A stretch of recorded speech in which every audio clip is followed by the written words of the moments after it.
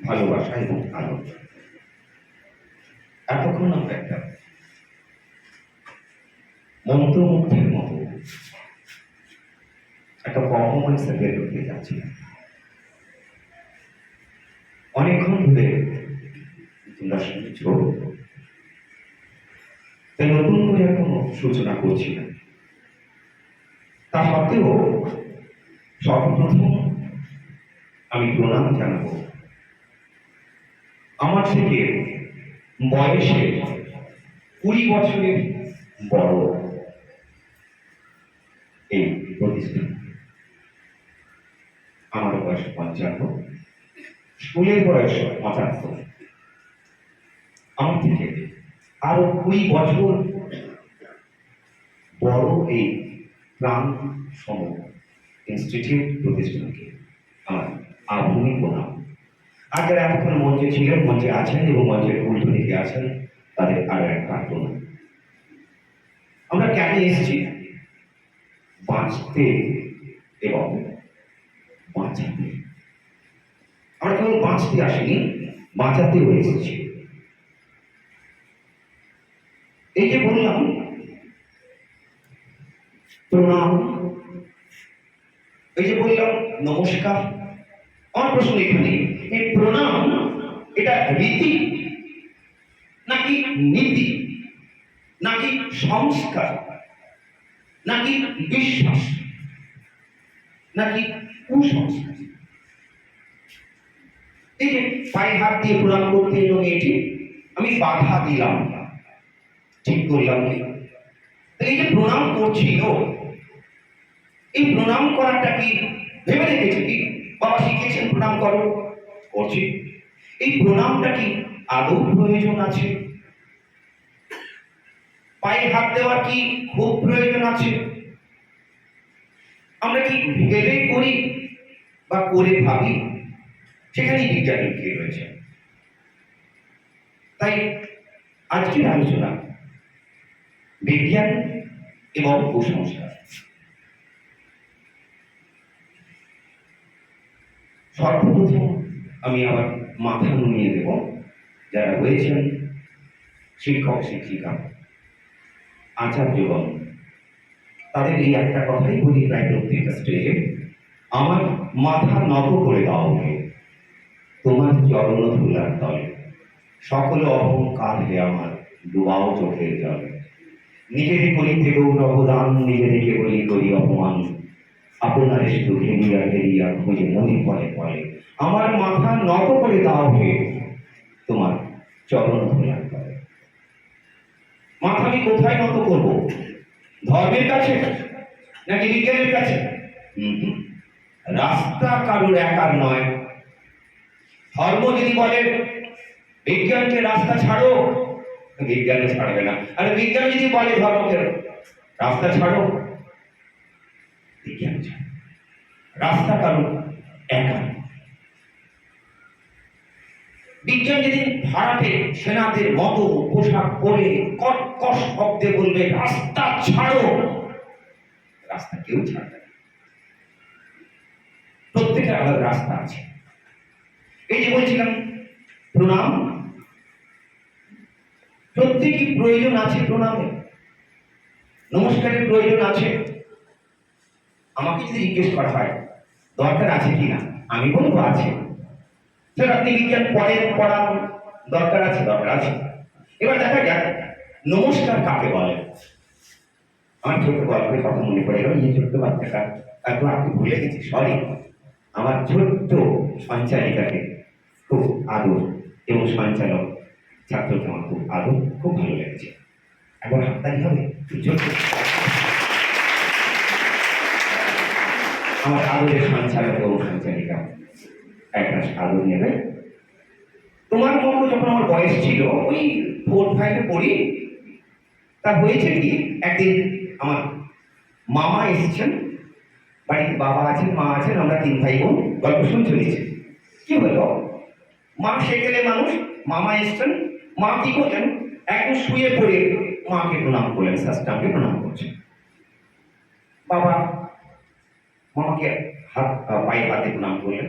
আমরা তিন ভাই ফাঁক তাল করছি, কোথায় পালাবো, এক্ষুনি দেখা বলে চোখে চোখ পড়লেই বাবা বলবেন নমস্কার করো। নমস্কার করতে কার ভালো লাগে? তোমাদের ভালো লাগে না? আমার ভালো লাগে না। ফাঁক তাল খুঁজছি। এবার বাবা ওইখান থেকে চোখ কটমট করে তাকাচ্ছে, যা কোথায় প্রণাম করছিস না। তিন ভাই বোন সুর করে চরম অবহেলায় অনিচ্ছায় ওই মামা বসেছিলেন, ওই পায়ে থাপাস থাপাস করে একটু হাত দিয়ে হয়ে গেল। বিকেলে মামা চলে গেলেন। সন্ধ্যাবেলা বাবা আমাদের নিয়ে বসলেন। হ্যাঁ রে, আমরা তিন ভাই বোন বলছি বলো, আচ্ছা তখন ওবেলা মামাকে নমস্কার করলি না কেন? আমরা তৎক্ষণাৎ বলে দিলাম নমস্কার ও তো করিস। বাবা বললেন নমস্কার করেছিস? হ্যাঁ। বাবা বললেন নমস্কার কাকে বলে জানিস? হ্যাঁ। নমস্কার না, নমস্কার মানে কি? না নমস্কার মানে প্রণাম। প্রণাম মানে কি? না নমস্কার। নমস্কার মানে কি? না প্রণাম। প্রণাম মানে কি? নমস্কার। এই দুটো শব্দের বাইরে কিছুই জানি না। না জানার কথা, জানার কথাও নয়। বাবা থম মেরে বসলেন। বাবা মা পাশে বসে আছেন, আমরা তিন ভাই বোন। বাবা বোঝাচ্ছেন, জানো তো নমস্কার মানে জানো? আমরা ভেবা গঙ্গারামে দাঁড়িয়ে আছি, বসে আছি। বাবা বলেছিলেন ন, ন মানে না। ম, ম মানে অহম, অহংকার, প্রাইড, ভ্যানিটি। ন ম মানে কি হলো? অহংকার শূন্য হওয়া। ন ম, ম মানে অহম, আমিত্ব। ন মানে শূন্য হওয়া, ফেলে দেওয়া। নম, তার সঙ্গে ক্রি ধাতু যোগ করো, ক্রিয়া সম্পাদন করো, অর্থাৎ অহংকার শূন্য হয়ে যে ক্রিয়া সম্পাদন করতে হয় তাকে নমস্কার বলে। বিশ্বাস করো সেদিন বুঝিনি, আর 54 বছর বয়সে, 55 বছর বয়সে এসে বুঝতে পেরেছি যে নমস্কার কাকে বলে। আর নমস্কার মানে প্রণাম। প্র জুড়লে প্রকৃষ্ট হয়, এই উপসর্গ জুড়লে, উপসর্গ জুড়লে প্রকৃষ্ট হয়। প্রকৃষ্ট উদ্ভাসিত হওয়া প্রভাত, প্রকৃষ্ট শ্বাস প্রশ্বাস, প্রকৃষ্ট প্রভেদ্য প্রভেদ্য, প্রভেদ অভেদ্য। তাহলে প্র জুড়লে অনেক ক্ষেত্রে প্রকৃষ্ট হয়। আইডিয়া হয় প্রজাতি, স্পেসিস, প্রকৃষ্ট জাতি। হাড়ি মুচি ডোম মাংসের তৈরি জাতি নয়। A group of individual which can breed among themselves. তাহলে প্রণাম মানে কি হলো? প্রকৃতভাবে নত হওয়া। সেদিন শিখেছিলাম প্রণাম। আজ বিজ্ঞান নিয়ে বুঝবার চেষ্টা করছি প্রণাম। আর রবি ঠাকুরের কথায় যেটা দিয়ে শুরু করলাম, আমার মাথা নত করে দাও হে তোমার চরণ ধুলার তলে। আর যখন আসি আমাদের শুনে, আমার বাবা 91 বছর বয়সী বাবা অ্যাক্সিডেন্টে পঙ্গু হয়ে গেছেন গত 2 মাস ধরে। 4:30 উঠেছি, ন্যাপি বাড়িতে দিয়েছি, লুঙ্গি চেঞ্জ করে দিয়েছি, পায়খানা পরিষ্কার করেছি, দাড়ি কামিয়ে দিয়েছি, চা করে দিয়েছি, বসেছি, গান শুনিয়েছি। তারপর বাবাকে বলেছি, বাবা আমি কি স্কুলে যাচ্ছি। বাবা স্মৃতি চলে গেছে প্রায়। বাবা বললেন হ্যাঁ, কোথায় যাচ্ছিস? স্কুলের নাম বললাম। ও আসছি বাবা, এসো। এটা হচ্ছে আমার বাবাকে প্রণাম করে আসা। বাবার পা ছুঁইনি, বাবার মাথায় চুমো খেয়ে এসেছি। পুরো হয়ে গেলে মানুষ তো শিশু হয়ে যান, শিশু হয়েছে। এটা আমার প্রণাম করা। আর যারা তোমরা আমার সন্তানরা আছো, তোমাদের ঠিক আমি আমার বাবাকে যেমন আদর করে এসেছি, তোমাদের ঠিক ওই রকম ভাবে আদর। এই যে সরস্বতী কথা বলা হচ্ছিল, সরস্বতী পুজো, কুল খাবো কি খাবো না, সেই সরস্বতী পুজো। আমি সরস্বতী পুজো করি। তবে সরস্বতী পুজোয় বামুন ঠাকুরের বলা মন্ত্র আমি বলি না। মন্ত্র কাকে বলে? যখন মননে ত্রাণ করে, যেটা বললে আমার মনে ভালো লাগে। কুচযোগ্য শোভিত মুক্তা হারে আমি বলি না ও সরস্বতী ঠাকুর তোমার স্তন সুন্দর দেখতে, না স্তনের বন্দনা আমি করি না। আমি তাই গত 30 বছর ধরে বামুন ঠাকুরের বলা মন্ত্র আমি বলি না। আমি বিজ্ঞান করি, আমি সরস্বতী ঠাকুরকে মানি, তাই আমি সরস্বতী নিজের হাতে মাকে সাজাই। আর একের পর এক গীতাঞ্জলি কাব্যগ্রন্থে 1 থেকে 100 পর্যন্ত, 105 পর্যন্ত কবিতা চোখ বন্ধ করে একের পর এক নাগাড়ে বলে যাই, আবার বলে যাই আমার মাথা নত করে দাও হে, আবার বলি অন্তরম বিকশিত করো অন্তর দাও হে, নির্মল করো উজ্জ্বল করো সুন্দর করো হে, জাগ্রত করো নির্ভয় করো নিঃসংশয় করো হে, যুক্ত করো হে সবার সঙ্গে, মুক্ত করো হে বন্ধ, সঞ্চার করো সকল কর্ম শান্ত তোমার ছন্দ, তব চরণ পথে মমচিত নিষ্পন্দিত করো হে, নন্দিত করো নন্দিত করো। আমার সরস্বতী পুজো অন্য রকম। তুমি ভাবো তোমার সরস্বতী ঠাকুর বিদ্যাদের, আমার সরস্বতী বিজ্ঞানের সরস্বতী। আমি সরস্বতী কেন পুজো করি? সরস্বতী বিদ্যাদেবী একেবারেই না। হালে ওই 300 বছর আমরা সরস্বতীকে দেবী হিসেবে, নারী হিসেবে পুজো করি। কিন্তু জানো সরস্বতী কার? সরস, রসের সহিত বর্তমান। ভারতবর্ষ কৃষিভিত্তিক সভ্যতা। সরস্বতীটি নদীর নাম। সরস্বতী পুজো হচ্ছে নদীর পুজো। যেদিন বুঝতে পারো সরস্বতী পুজো কোনো নারীর পুজো নয়, কোনো দেবীর পুজো নয়, সরস্বতী একটি নদীর পুজো। কৃষিভিত্তিক সভ্যতা, নদীকে বাঁচাতে হবে। তার কি কোনো প্রমাণ আছে? স্যার বিজ্ঞান তো প্রমাণ ছাড়া কথা বলে না। আছে প্রমাণ। সরস্বতী পুজো নদীর পুজো, খেয়াল করে দেখো। আচ্ছা, মা সরস্বতী কার উপর বসে আছেন? হাঁস। হাঁস কোথায় থাকে? ও ওয়েটল্যান্ড, জলজ বাস্তুতন্ত্র, ওয়েটল্যান্ড ইকোসিস্টেম। তাহলে জল বাঁচালে হাঁস থাকে, আর হাঁস থাকে মা সরস্বতী থাকে। আর সরস্বতী কার উপর, কোন ফুলের উপর বসে আছে যেন? ও পদ্ধতি ডাঙায় হয় বুঝি? পদ্ম কোথায় হয়? কোথায় হয়? আমি কিচ্ছু শুনি না, আমি খুব কালা। জোরে বলবে, আরো জোরে। ও পদ্মও জলে হয়, হাঁসও জলে থাকে। আর এই দুজন থাকলেই মা সরস্বতী থাকেন। এরপরে কি কোনো সন্দেহ আছে?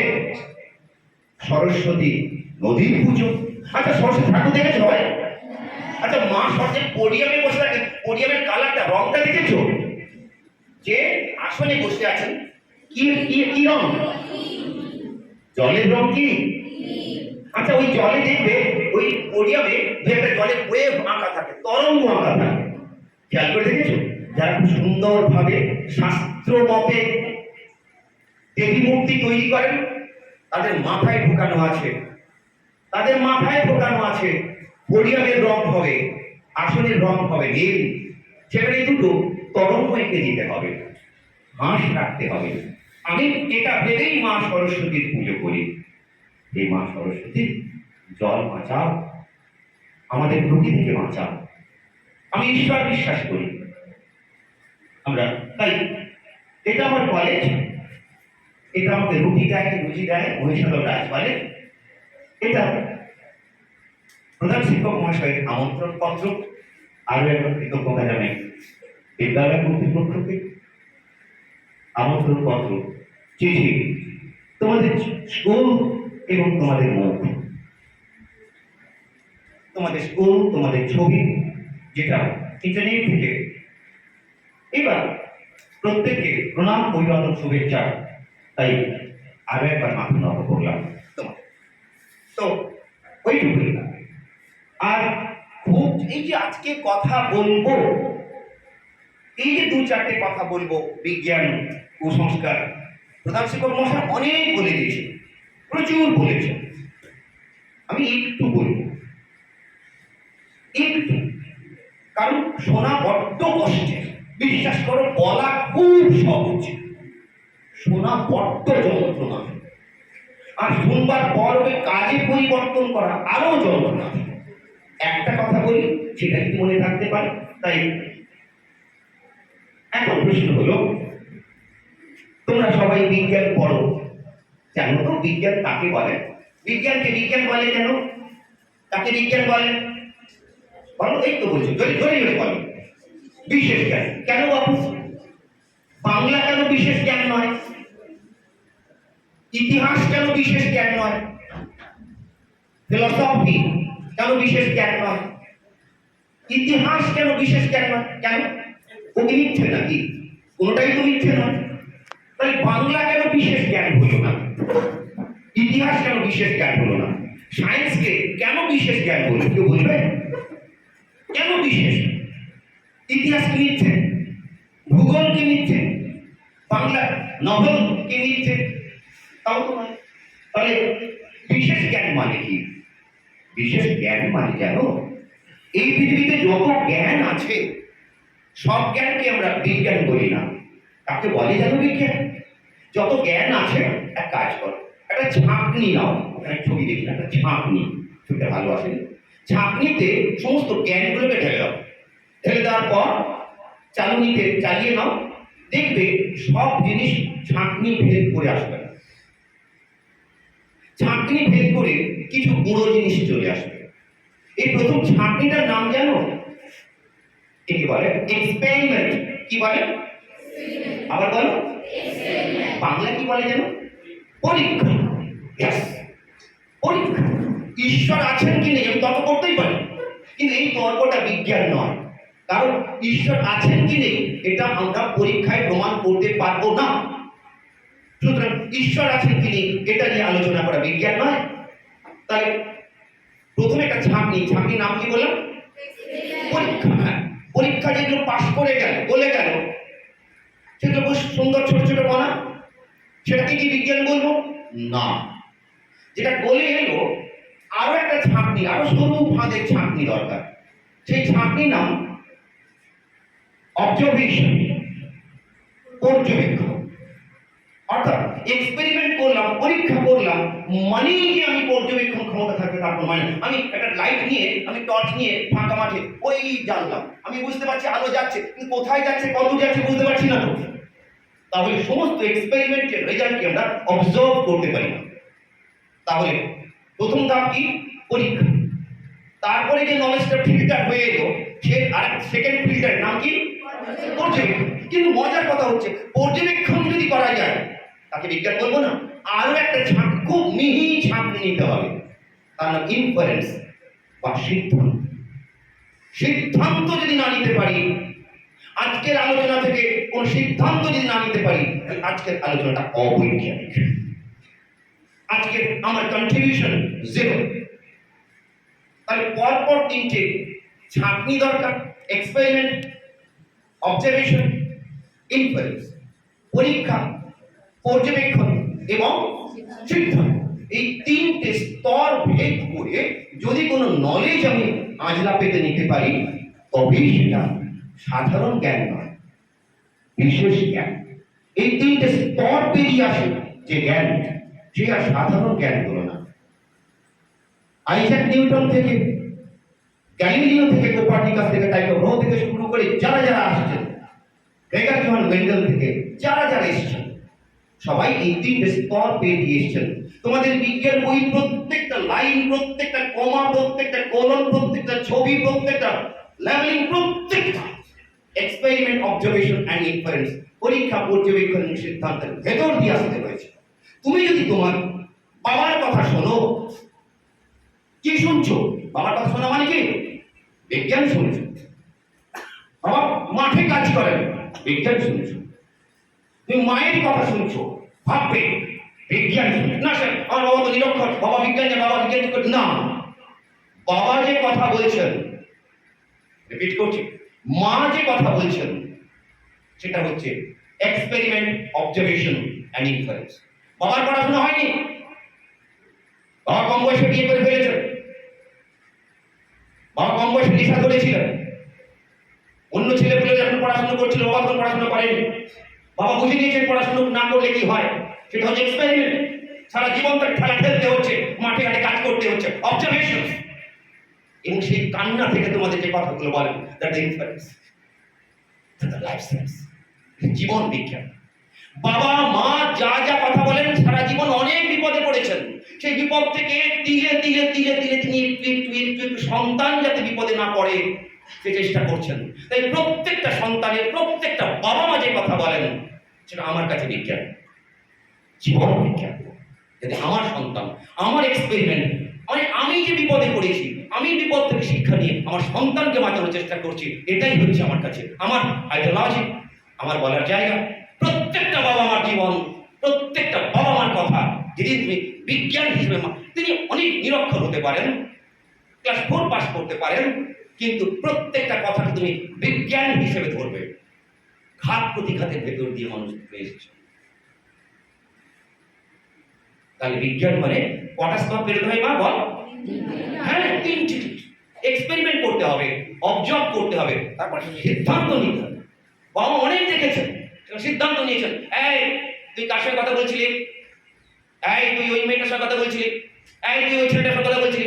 ওই ছেলেটা ভালো নয়, কথা বলবি না। এটা বিজ্ঞান, মানবার চেষ্টা।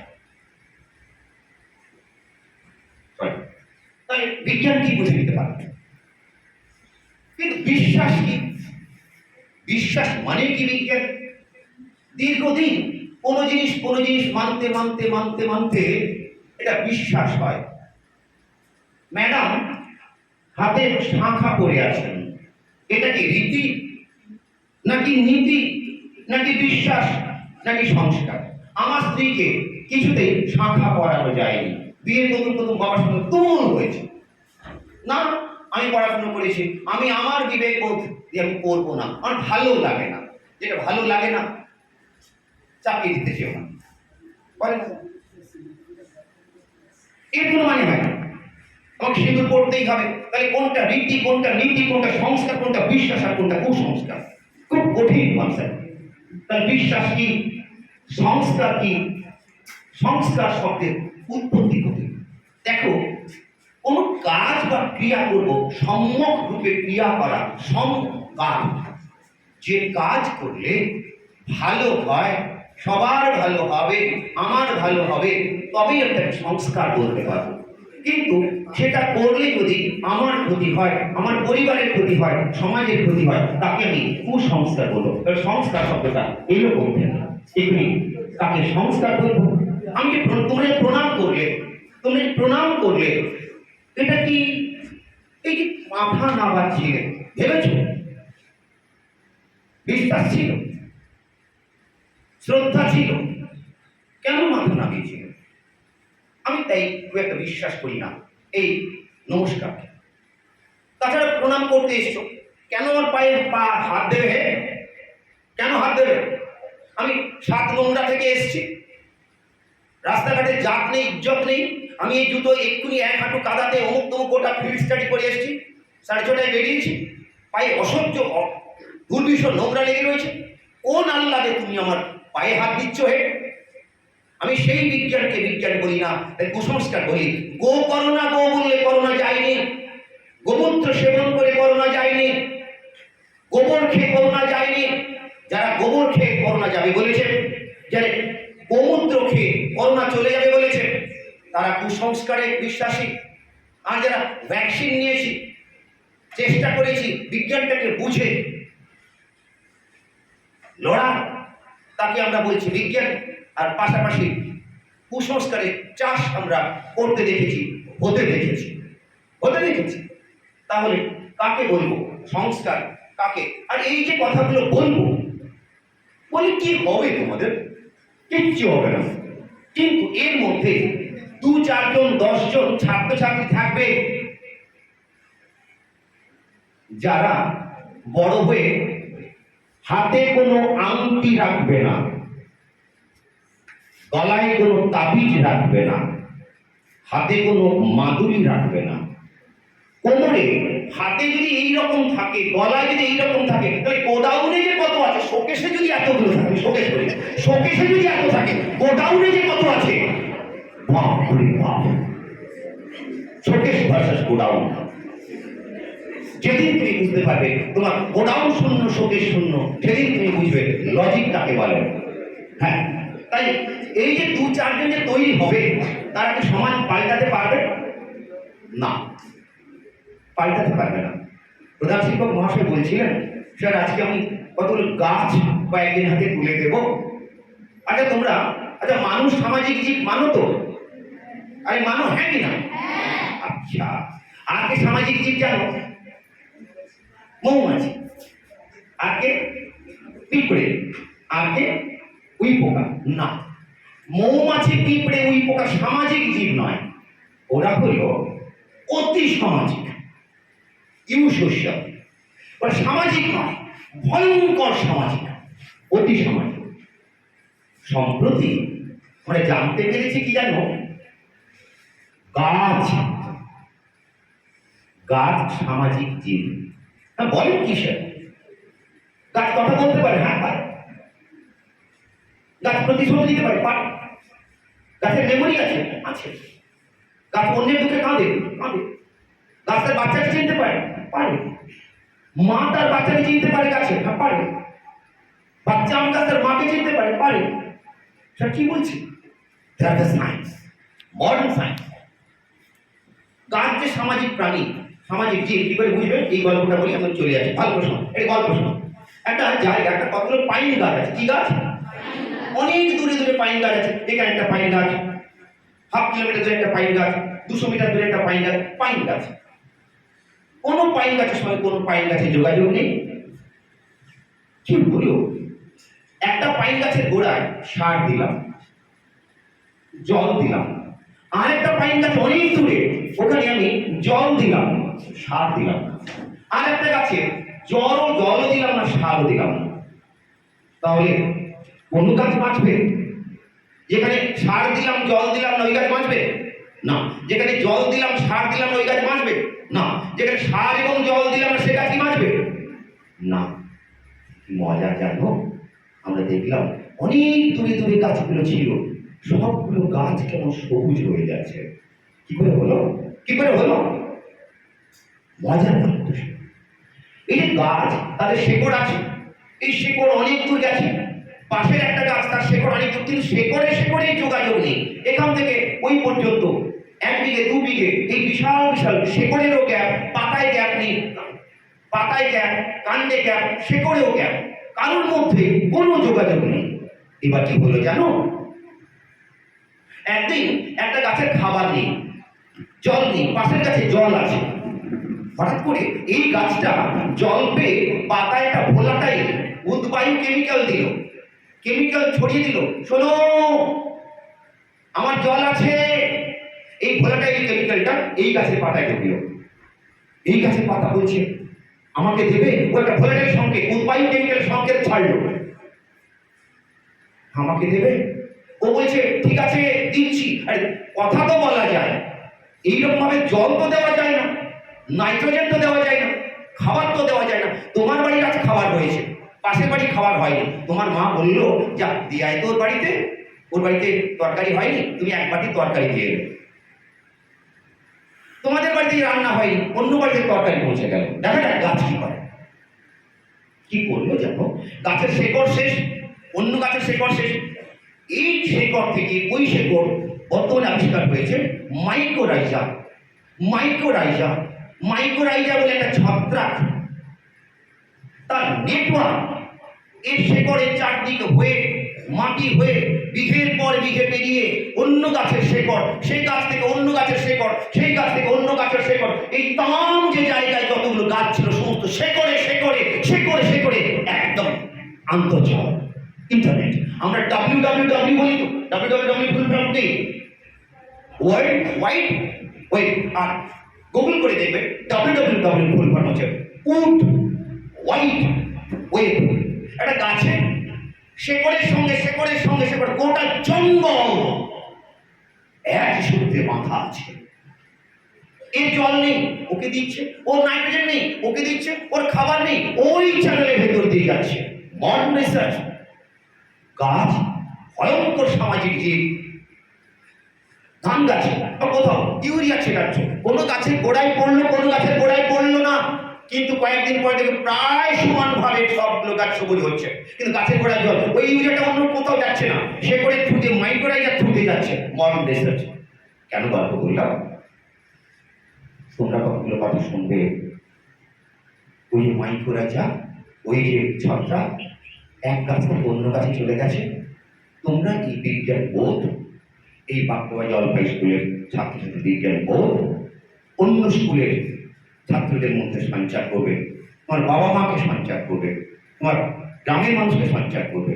আর যে ছাত্ররা শুনলো আর যারা শুনলো না তাদের কাছে গল্প করবে। যদি বিজ্ঞান বোধটা গাছের গাছ যেভাবে একের পর এক যোগাযোগ রাখতে পারে, যদি পারো, তাহলে তোমাদের এই মাস্টারমশাইদের আয়োজন করা অনুষ্ঠান তবেই সার্থক হবে। তাই এই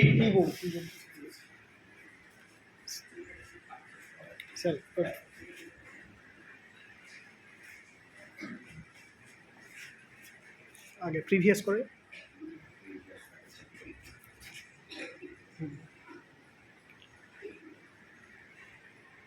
এই তো ঠিক আছে। ও তাহলে আমরা সবাই বলছি কুসংস্কার বিরোধী, কুসংস্কার বিরোধী, কিন্তু যখন আমাদের করে দেখাতে বলা হচ্ছে আমরা, কিন্তু আজকে আমি দোকান থেকে জোড়া গলাই বেশি কিনি। কেন জানো? কম পয়সায় পাওয়া যায়। অন্যরা যেটা নেয় না আমি সেটা নিই। আমি জানি তো এর মধ্যে একই রকম নিউট্রিয়েন্ট আছে। আমি জোড়া গলাই বেশি কিনি, পয়সা কম লাগে তো। আর আমার স্ত্রী বলছেন, কি হলো, এমনি খেয়ে যাচ্ছ, আম দিয়ে খেয়ে যাচ্ছ, ভাত দিয়ে খেয়ে যাচ্ছ, ডিমটা দিই? হ্যাঁ, তবে প্লিজ আমাকে একটাতে হয় না, দুটো তিনটে চারটে যতগুলো ডিম দেবে দাও। সুতরাং আমি এই কথাই বলছিলাম। এই যে 13 কথাটা বলা হচ্ছিল, আমি যে টালিগঞ্জের ফ্ল্যাটে থাকি, আমার ফ্ল্যাট নাম্বার হচ্ছে A6/13। কেন জানো? আমি ওই ফ্ল্যাটটা কিনেছি, 13 নম্বর ফ্ল্যাটটা, তার দাম কম, কারণ ওই ফ্ল্যাটটা তো কিনতে চাই না। আমি বিজ্ঞানে বিশ্বাসী। আমি জানি 13 নম্বর ফ্ল্যাটটা কেউ কিনবে না। আমি গিয়ে দেখলাম সব ফ্ল্যাট বিক্রি হয়ে গেছে, 13 নম্বর ফ্ল্যাটটা বিক্রি হয়নি। কারণ আমি মনে প্রাণে বিশ্বাস করি, বিজ্ঞানে বিশ্বাস করি, ঈশ্বরে বিশ্বাস করি, মনে প্রাণে ঈশ্বরে বিশ্বাস করি, তাই আমি বিজ্ঞানে বিশ্বাস করি। না স্যার হলো না, ঈশ্বর এবং বিজ্ঞান খেয়ে নিয়ে আপনি কি ঈশ্বরে বিশ্বাস করেন? হ্যাঁ করি, ঈশ্বরে বিশ্বাস। তবে হ্যাঁ, তোমাদের ঈশ্বর আমার ঈশ্বর আলাদা। তোমাদের ঈশ্বরের কাছে তুমি হাত পেতে রাখো, আর আমার ঈশ্বর একটু অন্যরকম। আমার ঈশ্বর সব কেড়ে নেন। আমার কে ঈশ্বর? আমি বিজ্ঞান পড়েছি বলে ঈশ্বরে বিশ্বাস করি। আমার কাছে ঈশ্বরকে জানো? আমার কাছে ঈশ্বর হচ্ছেন থার্ড ল অফ নিউটন। নিউটনের তৃতীয় গতিসূত্র আমার কাছে ঈশ্বর। If you invest you must return. যতটুকু দেবে ততটুকুই পাবে, একটুকুও বেশি পাবে না, একটুকুও কম পাবে না। এই কনসেপ্টটা আমার কাছে ঈশ্বর। আমি যদি আমার ছাত্রছাত্রীর কাছে ফাঁকি দিই, পাবো। আমি ভালোবেসে দুটো কথা বলি, 10 বছর পরে রাস্তায় দেখা হলে তুমি সাইকেল থেকে নেবে বলে, স্যার ভালো আছেন, রিটার্ন পাবো। ততটুকুই পাবো যতটুকুই দিয়েছি। এটা বিজ্ঞানের ভাষা। আর রবি ঠাকুর সাহিত্যের ভাষায় বলছেন, কৃপণ কবিতা, তোমরা অনেক কৃপণ কবিতা পড়েছ। আমি ভিক্ষে করে ফিরতেছিলাম গ্রামের পথে পথে, তুমি তখন চলেছিলে তোমার স্বর্ণ রথে। কি বিচিত্র শোভা তোমার, কি বিচিত্র সাজ, আমি মনে ভাবছিলেন এ কোন মহারাজ। পড়ে নেবে কৃপণ কবিতা। একটা তাচ্ছিল্য করে একটা খুদের কণা দেওয়া হয়েছিল। রাতে ফিরে এসে দেখে, এ বাবা, খুদের মাঝে একটা সোনার কণা, যা দিলেন রাজ ভিড়ে দিলে স্বর্ণ হয়ে এলো ফিরে। তখন আমি কাঁদছি, হাউমাউ করে কাঁদছি, হে ঈশ্বর, তোমায় চিনতে পারিনি। The concept of God. Third law of Newton, যতটুকু দেবে ততটুকু পাবে, এটাই আমাদের ঈশ্বর। আমি পরীক্ষায় পড়বো, ডিম খাই, মাছ খাই, মাংস খাই, পিন্ডি যা খাই, রেজাল্ট আমার হবে। দই ফোঁটা লাগালেও কিচ্ছু হবে না, ডিম খেলেও কিচ্ছু হবে না, কালো বিড়াল দেখলেও কিচ্ছু হবে না। আমি ইনভেস্ট করেছি, আমি ফল পাবো। তবে হ্যাঁ, আজ পাবো কি কাল পাবো জানি না। আমি কনজারভেশন অফ এনার্জি আমার কাছে ঈশ্বর, শক্তি সংরক্ষণ সূত্র আমার কাছে ঈশ্বর। আমি ইনভেস্ট করলাম, কবে কোন ফর্মে কোথায় ফিরবে আমি জানি না, কিন্তু ফিরবে আমি জানি। আমি জানি ফিরবে, কি ফিরে যাবে। আমি যদি ভালো কাজ করি, আমি ফল না ভোগ করতে পারি, আমার সন্তান ভোগ করতে পারে, আমার বাবা মা ভোগ করতে পারে। আমার বাবা কয়েকদিন আগে অসুস্থ ছিলেন, আমি যখন প্রায় সেই বাড়ি যেতাম, কলেজ থেকে বাড়ি যেতাম, তখন রাত 11টা 11:30 হয়ে যেত। আমি বাস স্ট্যান্ডে নামতাম, সমস্ত টোটোওয়ালা সব টোটো গুছিয়ে চাদর মুড়ি দিয়ে ঘুমোচ্ছে, আমি সারা দিতাম, ও দাদা চলো না, ও দাদা চলো না, না যাওয়া যাবে না, রাস্তা কাদা ভাঙা, ও যাওয়া যাবে না। সবাই আমার মধ্যে ঠেলাঠেলি করে, কে আর যায় না। আমি কাতর স্বরে বলতে থাকি, দাদা চলুন না দাদা, না কোথায় যাবেন, গ্রামের নাম বলি, ওরে বাবা রে, ও রাস্তা রাস্তা ভাঙা, ও যাওয়া যাবে, ও হবে না। হতাশ হয়ে যায়। তারপরে আবার বলি, দাদা চলুন না, আমার খুব দরকার ছিল। হ্যাঁ কোথায় যাবেন, গ্রামের নাম বললাম। হ্যাঁ কার বাড়ি যাবেন, হ্যাঁ বাবার নাম বলি। বাবার নাম বলার সময় তাড়াক করে উঠে পড়ে, আরে মানে বলবেন তো কি হলো, কি হয়ে গেল? আমার বাবার নাম বললাম আর তড়াক করে টোটোওয়ালাটা ছেলেটা উঠে পড়লো, আরে বলবেন তো, আর চলুন চলুন, মাস্টারমশাই বাড়ি যাবেন। খারাপ আপনি, আমার বাবা কোনোদিন কারোর ক্ষতি করেননি, সারা জীবন আপ্রাণ লড়ে গেছেন অন্যের জন্য। বাবা ভালো কাজ করেছে, ফল ভোগ করছি আমি। আর ও আপনি অমুক বাবুর ছেলে। There's the conservation of energy. Conservation of energy that I believe in that form. এইভাবে ফেরে তুমি যাচ্ছ, ও তুমি অমুক বাবুর মেয়ে না, আরেকদিন যাচ্ছে, তাই তুই অমুকের বেটি না, বাবার নামের আগে দুটো গালিগালা লাগিয়ে দিল। তোমরা তোমাদের জীবনকে এমন ভাবে করো, রাস্তায় যখন যাবে, তোমার বাবা যখন যাবেন, যদি বলে ও অমুক মেয়েটার বাবা যাচ্ছে গো, অমুক ছেলেটার বাবা যাচ্ছে গো, এইরকম যদি তুমি তোমার জীবনকে তৈরি করতে পারো, সেটা হবে কনজারভেশন অফ এনার্জি। আজ তুমি ইনভেস্ট করছো, তোমার বাবা এনজয় করবে না, তোমার বাবা ইনভেস্ট করেছো, তুমি এনজয় করবে না। এইরকম ভাবে যদি তুমি করতে পারো। আমি পুজো করি, পুজো কেন করি? আমি প্রকৃতি বাঁচাবো বলে। দুঃখ পুজো করা কি ভালো? জানি না। গণেশ পুজো করা কি ভালো? জানি না। লক্ষ্মী পুজো করা কি কুসংস্কার? জানি না। তাও দেখো, আচ্ছা গণেশের বাহন কি গো?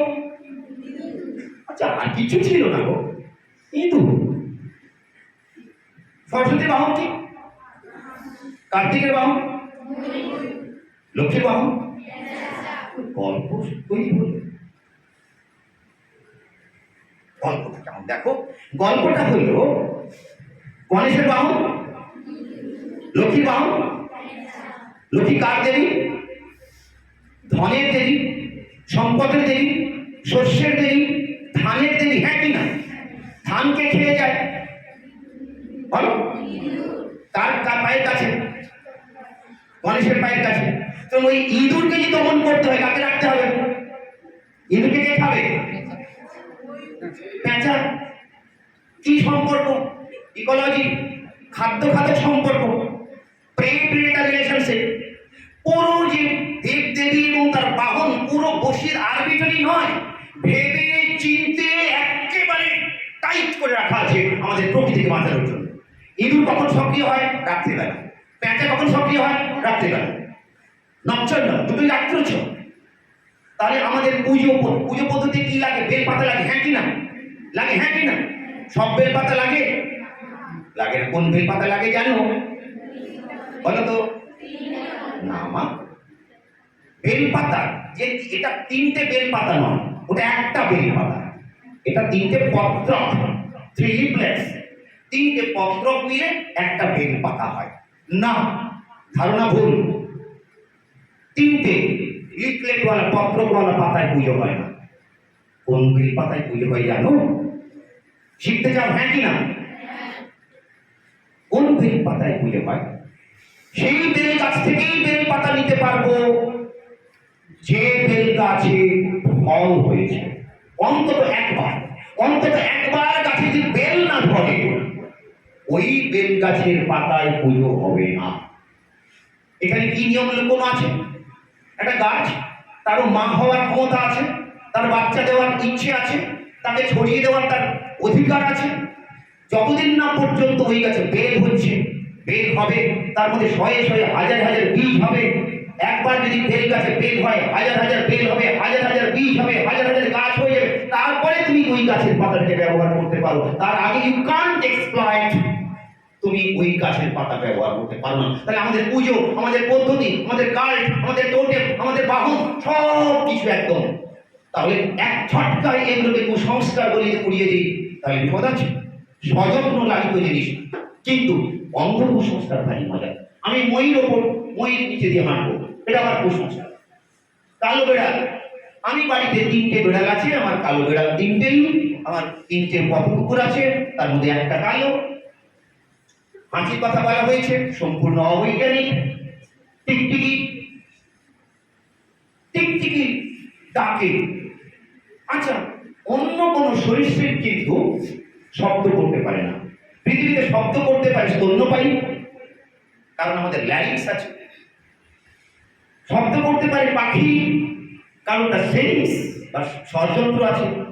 আর পৃথিবীতে ওই এই গ্রুপটা লিজার্ড, গেকো, আমাদের মতো এদেরও কি অদ্ভুত ঈশ্বর এদের দিয়েছেন, ল্যারিংস দিয়েছে। আমাদের ভোকাল কর্ড আছে, এদেরও ভোকাল কর্ড আছে। আচ্ছা, ঠিক কাকে কেন? তোমাদের প্রশ্ন হবে মাকে জিজ্ঞেস করা, বাবাকে জিজ্ঞেস করা, আর যদি না পাও মাস্টারমশাইকে জিজ্ঞেস করা। ভয় পাচ্ছ? তাহলে গুগল করো, সে গুগলে লেখো টিকটিকি কেন টিক টিক করে, ব্যাস উত্তর দিতে। টিকটিকি কেন টিক টিক করে, ওই শব্দটা যতদূর পৌঁছচ্ছে ওটা টেরিটরি ভাব, টেরিটরি। যারা যারা শুনতে পাচ্ছিস অন্য টিকটিকি, তফাৎ যাও, এটা আমার এরিয়া, এর নাম টেরিটরি। কুকুর যেমন পেচ্ছাপ করে করে করে করে এটা আমার তল লাগবে, পাড়া কুকুর ঢুকতে গেলে খেয়ে দিয়ে দেবে, টেরিটরি বা সীমানা তৈরি করে। এরাও টিক টিক যেই জায়গা দিয়ে টিক টিক শব্দ করবে, শব্দ যত দূরে এগোচ্ছে তার টেরিটরি। এটাও তাদের মেকিং কল, এটা তাদের ভয় দেখানোটা। তাহলে আমাদের কানে সব কিন্তু টিক টিক, কিন্তু এই ডাকটাকে যখন আমরা রেকর্ড করে তার এই শব্দের অ্যানালিসিস যখন করবো, সমস্ত টিক টিক টিক টিকে আলাদা আলাদা ফ্রিকোয়েন্সি। কোন টিকটিকিকে বলছে আসবি না, কোন টিকটিকিতে বলছে আই লাভ ইউ, অন্যটাকে বলছে আই লাভ ইউ টু। একদম তাই, মজার বিজ্ঞানটা বুঝে। আমাদের কানে সব টিকটিকি কিন্তু টিকটিক। স্যার বলছিলেন না, আমাদের কানে সব কাক কি বলে মনে হয়, কা কা বলে মনে হয়। সবাই বলে কি বাজে কথা বলে, দেখো দেখো দেখো, পাখি কি আনন্দে উড়ে যাচ্ছে, পাখি কি আনন্দে যাচ্ছে, সম্পূর্ণ মিথ্যে। ধিক্কার জানাই এই কনসেপ্ট। পাখি আনন্দে উড়ে যাচ্ছে না, পাখি আনন্দে গাইছে, মিথ্যে মিথ্যে মিথ্যে মিথ্যে মিথ্যে।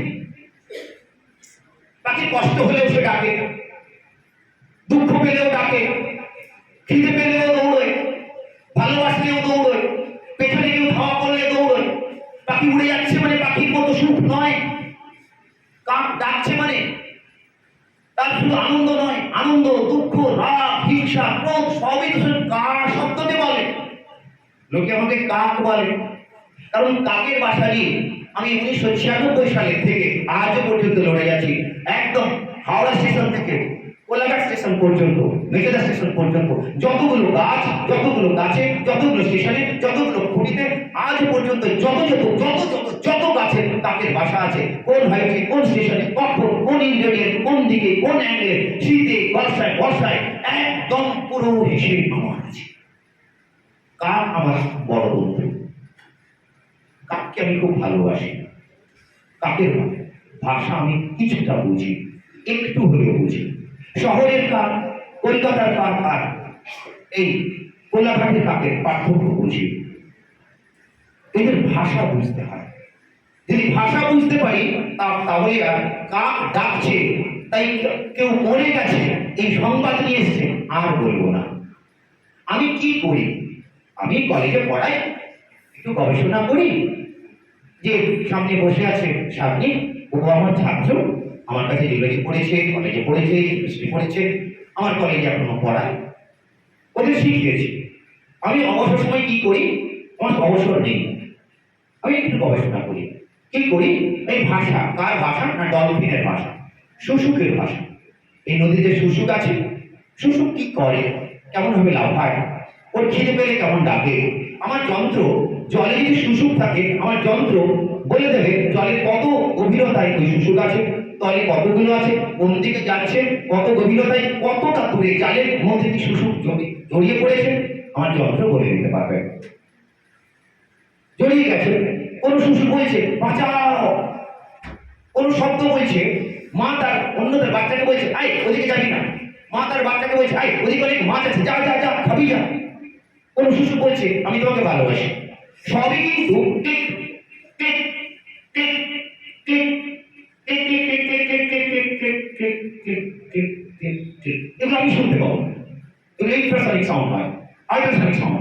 এই আল্ট্রাসনিক সাউন্ড আমার যন্ত্রে কাউন্ট করে। ইকোলোকেশন, তোমরা মাইন্ড করলে, মুখাভিনয় করলে, মুখের ভাষাটা সবার কাছে পৌঁছে গেল।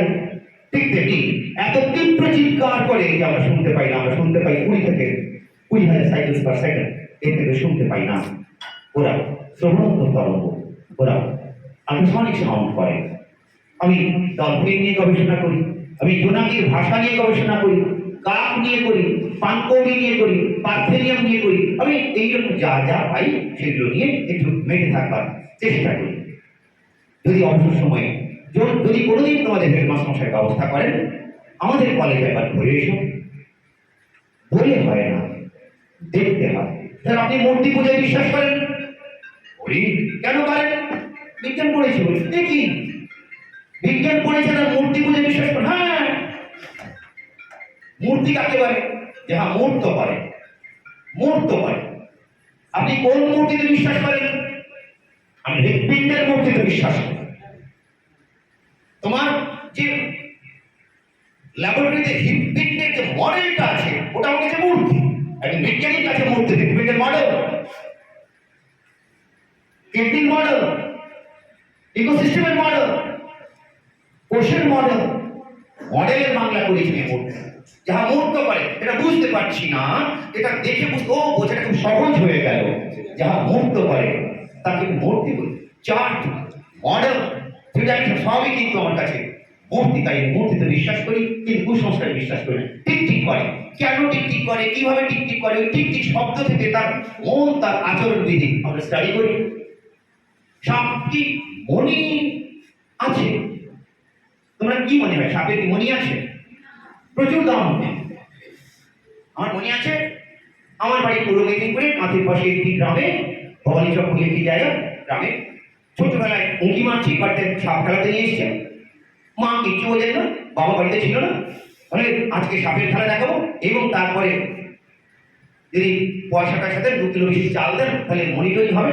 কি করলো, একটা সর্ষের তেল তেল আনলো, অমুক তুমুক করলো, কি কাটলো, কেটে কেটে একটা দিক ন্যাকড়া থেকে মুছে নিয়ে মাকে দেখালো, এই তো একটা মণি, আমাকে 2 কিলো চাল দিলে কিন্তু মণিটা হলো। মা আমাদের বললো বাবাকে বলবে না, কিন্তু মা লুকিয়ে ওই মণিটি কিনে নিয়েছে। অনেক দিন বাবাকে বলিনি, পরের দিন মাই বাবাকে বলে ফেলেছিল। সেদিন বাড়িতে কাচ্চি বসতে পারিনি, বাবা এত চিৎকার করেছিল। আমাদের ছেলেদের গায়ে একটা খুনসি রাখিনি, একটা তাবিজ রাখিনি, তাগা রাখিনি, তুমি কি? মা বললেন যে আমি পড়াশোনা করি না, ওই সবাই তো দেখিয়ে দিয়েছে মণি বেরোলো। আসলে মণিটা কি? হাত সাফাই। সাপ, সাপের মাথা, সাপের গায়ে স্কেল বা আঁশ থাকে। কিছু বড় বা পুরনো সাপ হলে সাপের আঁশটা একটু মোটা হয়ে যায়, ওটা আস্তে করে ব্লেড দিয়ে কাঁচে, হাতে থাকে একটা ছোট পুঁটি, ওই পুঁটটা হাত সাফাই করে টুক করে বের করে আনে। কেন মণি হতে যাবে? মণি জিনিস কি? এত ফিজিক্স পড়ছো, কেমিস্ট্রি পড়ছো, জিজ্ঞেস করবে না মণি কি? হয় না, হয় না। সাপের দুধ কলা খাওয়া, সাপ কি দুধ কলা খায়? হ্যাঁ কি না? কেন না? তুমি খাও, আমি খাই, সাপ কেন খাবে? বল কেন খাবে?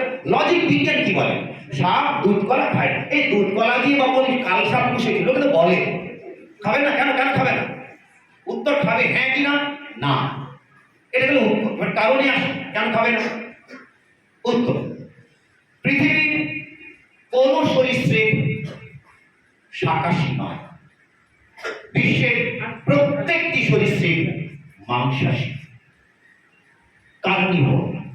সাপ মাংসাশী, কুমির মাংসাশী, টিকটিকি মাংসাশী, গিরগিটি মাংসাশী।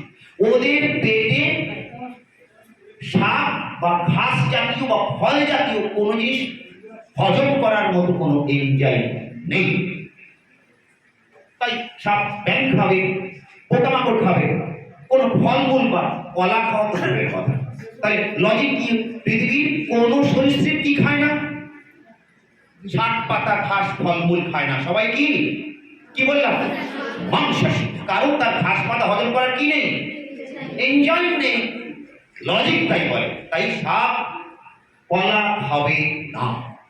দ্বিতীয়, সাপ কি দুধ খায়? হ্যাঁ কি না? কেন খায় না?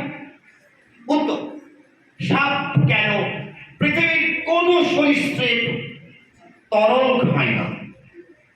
পৃথিবীর কোন তোমার বাড়িতে টিকটিকি আছে? হ্যাঁ কি না? কোনদিন কোনো বাটিতে চুপ চুপ চুপ চুপ চুপ চুপ করে জল খেতে দেখেছো? টিকটিকি বাড়িতে করে বাঁচে? কোনো গিরগিটিতে জল খেতে দেখেছো? কোনোদিন কোনো সরীসৃপ জল খায় না। তাহলে জলের অভাব মেটায় কি করে? ওই যে তোমার ঘরে ঠিক আরশোলা আছে, আরশোলাকে ধরলো, আরশোলার বডির মধ্যে যতটুকু তরল আছে, আরশোলার বডিতে যতটুকু তরল আছে, ওই তরলে ওই জলে তার চলে যায়। পৃথিবীর কোন সরীসৃপ, কোন রেপটাইল, কোন কি খায় না? জল খায় না। আচ্ছা, টিকটিকির পটি দেখেছো? আরে টিকটিকির পায়খানা দেখেছো? হ্যাঁ, কেমন বলো তো? কেমন দেখতে? কালো না সাদা? কালো সাদা দুটো না, এখানে বলুন। কালোটা হচ্ছে টিকটিকির পটি বা পায়খানা, তার উপরে সাদা টুপিটা দেখছো, ওটা হলো তার পেচ্ছাপ। পৃথিবীতে স্তন্যপায়ী কেবলমাত্র পায়খানা এবং পেচ্ছাপ আলাদা করতে পারে। মাছ থেকে শুরু করে, পাখি থেকে শুরু করে, ব্যাঙ থেকে শুরু করে সবারই পায়ুছিদ্র এবং মূত্রছিদ্র একটাই। আলাদাভাবে পায়খানা পেচ্ছাপ কেউ করতে পারে না। আচ্ছা, কাক বা পাখি তোমার গায়ে পটি করে দেয়, হ্যাঁ কি না? পটি যখন করে যায় তখন হলদে হলদে কিছু জিনিস দেখো, ওটা তার পায়খানা। আর তরল জলের মতো কিছু দেখো, ওটা তার পেচ্ছাপ। শুকিয়ে গেলে ওটা কি হবে? সাদা রঙের হয়ে যাবে। সাদা রঙটাকে ইউরিক অ্যাসিড। যারা কম জল খায় তারা ইউরিক অ্যাসিড হিসেবে, বিজ্ঞানটা শেখো, তারা ইউরিক অ্যাসিড হিসেবে পেচ্ছাপটা দেয়। তাহলে কম জল বা জল খায় না কে? সরীসৃপ। তাদের পেচ্ছাপটা কেমন হবে? ইউরিক অ্যাসিডের ক্রিস্টাল, ওই সাদা টুপিটা যেটা দেখছো ওটা ইউরিক অ্যাসিড। তাহলে সাপ কি কখনো জল খায়? টিকটিকি জল খায়? গিরগিটি জল খায়? কুমির জল খায়? কচ্ছপ জল খায়? প্রয়োজন নেই। আর যেহেতু প্রয়োজন নেই, ঈশ্বর তা ফিক্স করেছেন। আমরা জল কিভাবে খাই? হয় ঢক ঢক ঢক ঢক করে খাই, কুকুর কিভাবে খায়? জিভে চুপ চুপ চুপ চুপ করে খায়। আচ্ছা, সাপের জিভটা দেখেছো? কেমন জিভ বলো তো? চেরা। ওই সরু চেরা জিভ দিয়ে কি জল তুলবে ও? না টানতে পারবে? পারবে না। না, চেরা জিভ দিয়ে জলটা ঈশ্বরকে দেননি ওই ক্ষমতা। জল টানতে পারবে না কেন? আমাদের ফুসফুস বিশাল ফুসফুস। সাপের ফুসফুস কেমন জানো? আরে হ্যাঁ কি না? না, তাকাও আমার দিকে। এই সাপ, এই সাপের মুখ, এই তার শ্বাসনালী শুরু হলো। আমার যেমন দুটো ফুসফুস আছে, সাপের দেখো এই দুটো ফুসফুসের কি হলো? দুটো ফুসফুস কি করলো? একটা তাকাও, দুটো নালী শুরু হলো, একটা ফুসফুস এই লম্বা সরু ফুসফুস হলো। এবার সাপের দেখো এই লম্বা ফুসফুস বডির হাফ হাফ দিয়ে এগিয়ে গেল। আর একটা নালী আর ব্রঙ্কা শেষে একটা ফুসফুস যেই শেষ হলো, তারপরে আবার একটা ফুসফুস, বুঝতে পেরেছো? একটা ফুসফুস শেষ, তারপরে আরেক নালী এসে আর একটা ফুসফুস, একে প্রায় লেজ অবধি ফুসফুস। তাহলে ফুসফুসটা সরু না মোটা? ফুসফুসের যে নলটা ছোট না অনেক বড়? অনেক বড়। বড় নালীর ভেতর দিয়ে টানতে দম লাগবে, হ্যাঁ কি না? সাপের কি দম আছে? দম নেই। ওই টানবে, ওই দম কোথায়? তাই সাপ তরলকে টানতে পারে না। সাপ জিভ চেরা তরলকে চেপে নিতে পারে না। ঈশ্বর কেন দেননি? ঈশ্বর মানে আমার কাছে এভলিউশন বা বিবর্তন, প্রয়োজন নেই তাই দিই। তাহলে সাপের জিভটা চেরা কেন? সাপকে কেন ভয় করবে? সাপের জিভ চেরা কেন? আমরা কি যে গন্ধ নিই? না, সাপের নাকে সর্দি, কিছু শুনতে পায় না, কারণ সাপ নাক দিয়ে গন্ধ নিতে পারে না। কারণ সাপ কি দিয়ে গন্ধ নেয়? জিভ দিয়ে গন্ধ নেয়। কিভাবে নেয়? চেরা জিভ বের করে, গন্ধের পার্টিকেলটা জিভে মেশায়, জিভটাকে ফোল্ড করে টাকরায় ঠেকায়। টাকরায় একটা গর্ত আছে, ওখানে জেকবসন অর্গান আছে, ওই গন্ধের পার্টিকেলটা টাকরায় লাগিয়ে দেয়। টাকা থেকে নাক চলে যায় মাথায়। তাহলে সাপ গন্ধ কার ভেতর দিয়ে নিল? জিভের ভেতর দিয়ে। সাপের ফুসফুসের কথা শুনলাম। সাপ দেখে, কেমন দেখে জানো? সাপ আবছা দেখে। ঘুম চোখে যেমন তুমি আবছা দেখো, সাপ কখনো স্পষ্ট দেখে না। ব্রেল বলে একটা পর্দা লাগানো আছে, তাই সাপ স্পষ্ট দেখে না। সাপ স্পষ্ট দেখে না। ভালো করে খেয়াল রাখ। দু চারজন অমনোযোগী হয়েছে। আমি অমনোযোগী, বুঝতে না পারে একরকম আর বুঝতে না চাওয়া আরেক। ভালো করে দেখো। সাপ, গল্পটা শোনো, আমি তো গল্প বলি। সাপ আসছে, তুমি আসছো, সাপ আসছে। তুমি আসছো, সাপ আসছে। সাপ দাঁড়িয়ে আছে, তুমি আসছো, সাপ দেখতে পাচ্ছে। তুমি আরো এগোচ্ছ, সাপ দেখছে। তুমি আরো এগোচ্ছ, সাপ দেখছে। তুমি আরো এগোচ্ছ, সাপ দেখছে। তুমি দাঁড়িয়ে গেলে, সাপের চোখে লোডশেডিং। হ্যাঁ গো, সাপ দাঁড়িয়ে আছে, তুমি আসছো, দেখছে দেখছে দেখছে দেখছে দেখছে দেখছে। তুমি যেই দাঁড়িয়ে গেলে, সাপ তোমাকে আর দেখতে পাচ্ছে না। কেন জানো? সাপ কোনো স্থির বস্তু দেখতে পায় না। তাহলে সাপ দেখতে চাই, হ্যাঁ কি না? সাপ দেখতে চাইছে, এই মানুষটা এই মেয়েটা আসছিল, আমি দেখতে চাই, হ্যাঁ কি না? তাহলে লজিকটা কি? বস্তু থেকে চোখে রেটিনা পর্যন্ত যে প্রত্যেক মুহূর্ত কি চেঞ্জ হবে? ডিস্টেন্স চেঞ্জ হলে সাপ দেখতে পাবে, তার ভিজুয়াল ইমেজ রেটিনাতে তৈরি হবে। তাই সাপ তো দেখতে পাচ্ছে না, সাপ দেখতে চায়, তাই সাপ চোখে দেখতে চায়, হ্যাঁ কি না? সাপ কি করবে? এবার দেখো, সাপ তো দেখতে চায়, তাহলে ডিস্টেন্স চেঞ্জ করতে চায়। Ready, steady, start. যেই মুহূর্তে নড়ছে, ডিস্টেন্স চেঞ্জ হচ্ছে। নড়লে প্রত্যেকটা মুহূর্তে ডিস্টেন্স চেঞ্জ হচ্ছে। এবার বোঝা গেছে সাপ কেন নড়তে থাকে? দেখবে বলে।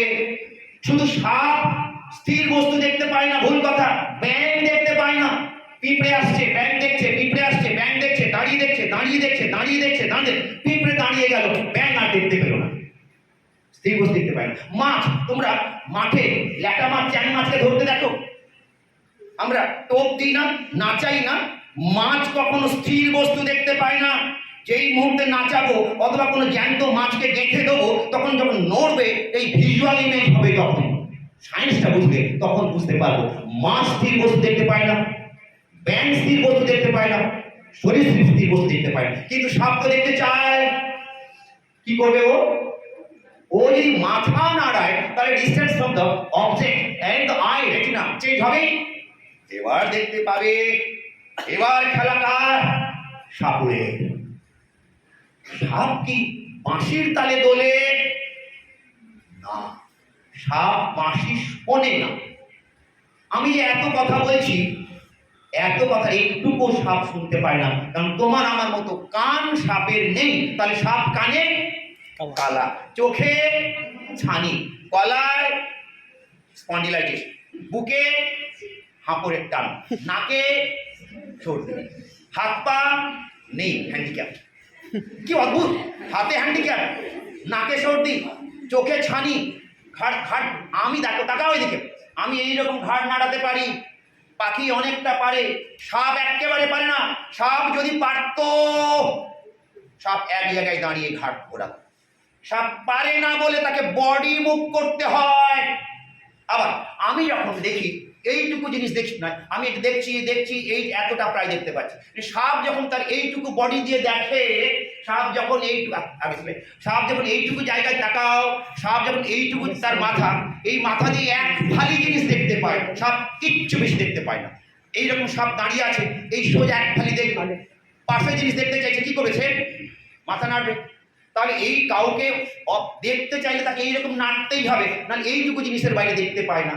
তার ভিজুয়াল ইমেজ এরিয়া বড্ড ছোট। তাহলে কি দাঁড়ালো? সাপের কান নেই বলে সাপ শুনতে পায় কি? শুনতে পায়, হ্যাঁ কি না? পায় গো, পায়। সাপ তো ঈশ্বরের সন্তান।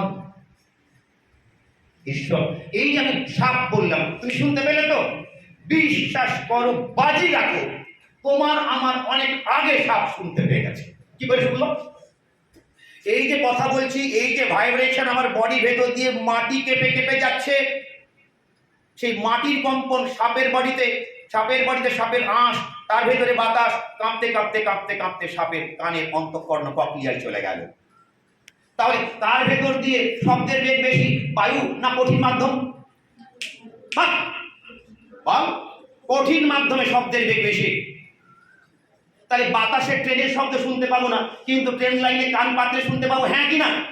তাহলে কার মাধ্যমে শব্দের বেগ বেশি?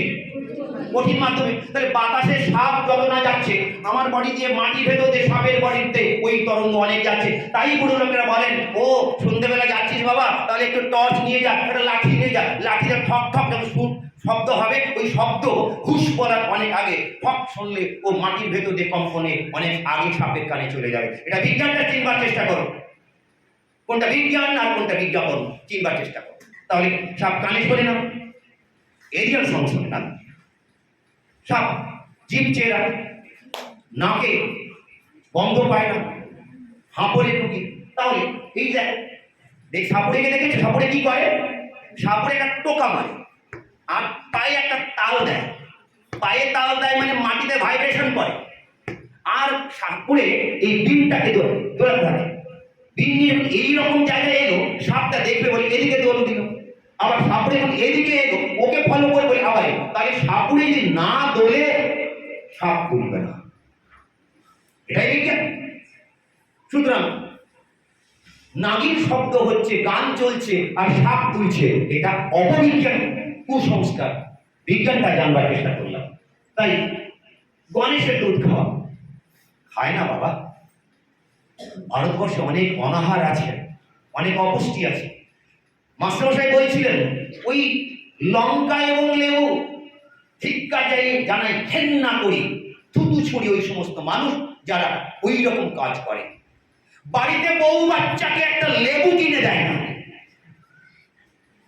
ভিটামিন সি ভয়ঙ্কর সোর্স, রাস্তায় ঝুলতে ঝুলতে, দোকানে ঝুলতে ঝুলতে লঙ্কা এবং লেবু ফুল অফ ভিটামিন সি ওকে নষ্ট করে ফেলছি। হাজার প্রত্যেকে ভাবো, প্রত্যেক দিন কত দোকানে, কত গাড়িতে, কত জায়গায় এই লেবু এবং লঙ্কা বিজ্ঞান ভিটামিন সি নষ্ট হচ্ছে। বিজ্ঞান নাকি বিজ্ঞাপন জানি না। তাহলে পরে বলবে, দাদা ঝোলাবেন না, পারলে ঝুলতে দেখলে পারলে নিয়ে পালাবে, নিয়ে বাড়িতে কেটে খাবে লেবু। বলবো বেশ করেছি খেয়েছি, বলে বেশ করেছি খেয়েছি, এতে ভিটামিন সি আছে, এটা আপনাকে কিচ্ছু দেবে না। আপনি সৎভাবে পরিশ্রম করে আপনি আপনার ব্যবসা চালান, ঠিক ব্যবসা ভরে উঠবে। ঝাড়ফুঁকের গল্প শুনলাম, কিচ্ছু হয় না বাবা, বুজরুকিতে সব বুজরুকি। সাপে নেউলে যুদ্ধ, লোকে আবার বলে এই নেউল এবং সাপের যুদ্ধ হচ্ছে। মাঝে মাঝে নেউল চলে যায়, নেউল জঙ্গলে চলে গিয়ে তুই জড়িবুটি খেয়ে আসে, এবং জড়িবুটি খেয়ে আসে বলে সাপ কামড়ালেও নেউল মরে না। আর ওইটাই ওঝা তোমাকে বেচে, এই জড়িবুটি খেলে সাপের কামড়ের থেকে আপনি রক্ষা পেয়ে যাবেন। আবারও ধাপ্পা হয়ে ভাঁওতা ভণ্ডামি কি আছে এখানটায়? নেউল কি সত্যি যদি চলে যায়? চলে যায়। কোথায় চলে যায়? গল্পটা জানা দরকার। কার সঙ্গে যুদ্ধ হচ্ছে বলো? কার সঙ্গে যুদ্ধ হচ্ছে? সাপ সরীসৃপ হ্যাঁ কিনা? শীতল রক্তে। আর নেউল কি? স্তন্যপায়ী, মানে কি? গরম রক্ত। আমি যতই কথা বলি না কেন, আমার বডি টেম্পারেচার 98 ডিগ্রি সেলসিয়াসের বেশি হবে না। আমরা সমস্ত শরীর, আমাদের গরম রক্ত আমাদের বডি টেম্পারেচার বাড়ে না, কমে। আর শীতল রক্তে যারা একটু খাটলে, একটু করলে তার বডি হু হু করে গরম হয়ে যায়। ক্যালকুলেশনটা কে জানে? নেউল। তুমি সাপ থেকে দাঁড়াবে, সাপ কামড়াবে না, একটা ট্রিক শিখে দিই, শিখবে হ্যাঁ কিনা? আরে হ্যাঁ কিনা? কি দেখো, সাপ দাঁড়িয়ে আছে, দাঁড়িয়ে থাকবে, কিন্তু সাপ কামড়াতে পারবে না। কেন জানো? সাপ তার টোটাল বডি ম্যাক্সিমাম 1/3 তুলতে পারে। বুঝে গেছে? 3 হাত যদি লম্বা হয়, ম্যাক্সিমাম সে 1 হাত তুলতে পারে। ওই ছবলটা মারেও 1 হাতে বেশি পাবে না, যদি 3 হাত হয়। সায়েন্সটা বোঝা গেল? তাহলে তুমি ওইটুকু সেফ ডিস্টেন্সে দাঁড়াও, আর ওইটুকু খেলায় কিন্তু সাপুড়িরা ঠিক করে থাকে। কতটা ডিস্টেন্সে দাঁড়াবো, কতটা কি করবো। তাহলে 6 হাত সাপ, 2 হাত দূরে দাঁড়াও, কারণ এর থেকে কেউ তুলতেই পারবে না। এইবার কি করলো? নেউল করে কি, সাপের ঠিক ওই ডিস্টেন্সে থাকে। সাপ ছবল মারবে, ঠিক একেবারে মাথায় মাথায় ওই 1 ইঞ্চি 2 ইঞ্চি দূরে থাকবে। তাই বারবার সাপ বারবার মিছিমিছি ছবল মারবে, কিন্তু একবার ছুঁতে পারবে না। এইরকম করতে করতে করতে করতে ক্লান্ত হয়ে যাবে। কারণ সাপটা কি রেপটাইল, শীতল রোগ, শনি ক্লান্ত হয়ে যাচ্ছে, আর ও তা সত্ত্বেও নেউলটাও ক্লান্ত হয়ে যায়। নেউলটা একটু জঙ্গলে জিরিয়ে নেয়, আবার নতুন করে শুরু করে। কিন্তু নেউলের 2 মিনিট জিরিয়ে নিলে বা 1 মিনিট জিরিয়ে নিলে হয়, কিন্তু সাপের ওই টেম্পারেচার কমাতে প্রায় আধ ঘন্টা সময় লাগে। তাই একটু জিরিয়ে নিয়ে এসে আবার শুরু করে, লাফিয়ে এসে সাপের ঘাড়ে পড়ে, নখ দিয়ে সাপের মাথা চিরে ফেলে। সাপে নেউল যুদ্ধ। নেউল কখনো জঙ্গলে গিয়ে কোনো জড়িবুটি খেতে যায়, একটু 10 সেকেন্ড একটু রেস্ট দিতে বা স্ট্র্যাটেজি চেঞ্জ করতে চেয়েছি। আয়নার কথা বলা হলো, বিশ্বাস করো আমার ল্যাবরেটরি আয়নাটা এখনো ফাটা। সবাই বলে, এরা বলে স্যার আয়নাটা চেঞ্জ করো না, দেখ চলে যখন যাচ্ছে যাক না, কোনো অমঙ্গল হচ্ছে না, চল। এক শালিক কথা বলি, সত্যি তো 1 শালিক না 2 শালিক? মনে রাখবে, শালিক মনোজ্ঞানী, বুঝলে না? আমি যতদিন বাঁচবো আমার বউ আমার সঙ্গে থাকবে, আমার বউ পরপুরুষের সঙ্গে পালাবেন। তোমার মা যতদিন বাঁচবেন তোর বাবার সঙ্গে থাকবেন। আমরা ধরে নিচ্ছি আমরা মনোজ্ঞানী, আমাদের একটি স্ত্রী বা স্ত্রীর একটি স্বামী, এক দামি। জানো তো, শালিক পাখি এক দামি। শালিক পাখি যখন একটা পেয়ার তৈরি করে, একটা সিজনের জন্য অন্তত 1 বছরের জন্য অন্য পার্টনারকে সে নেবে না।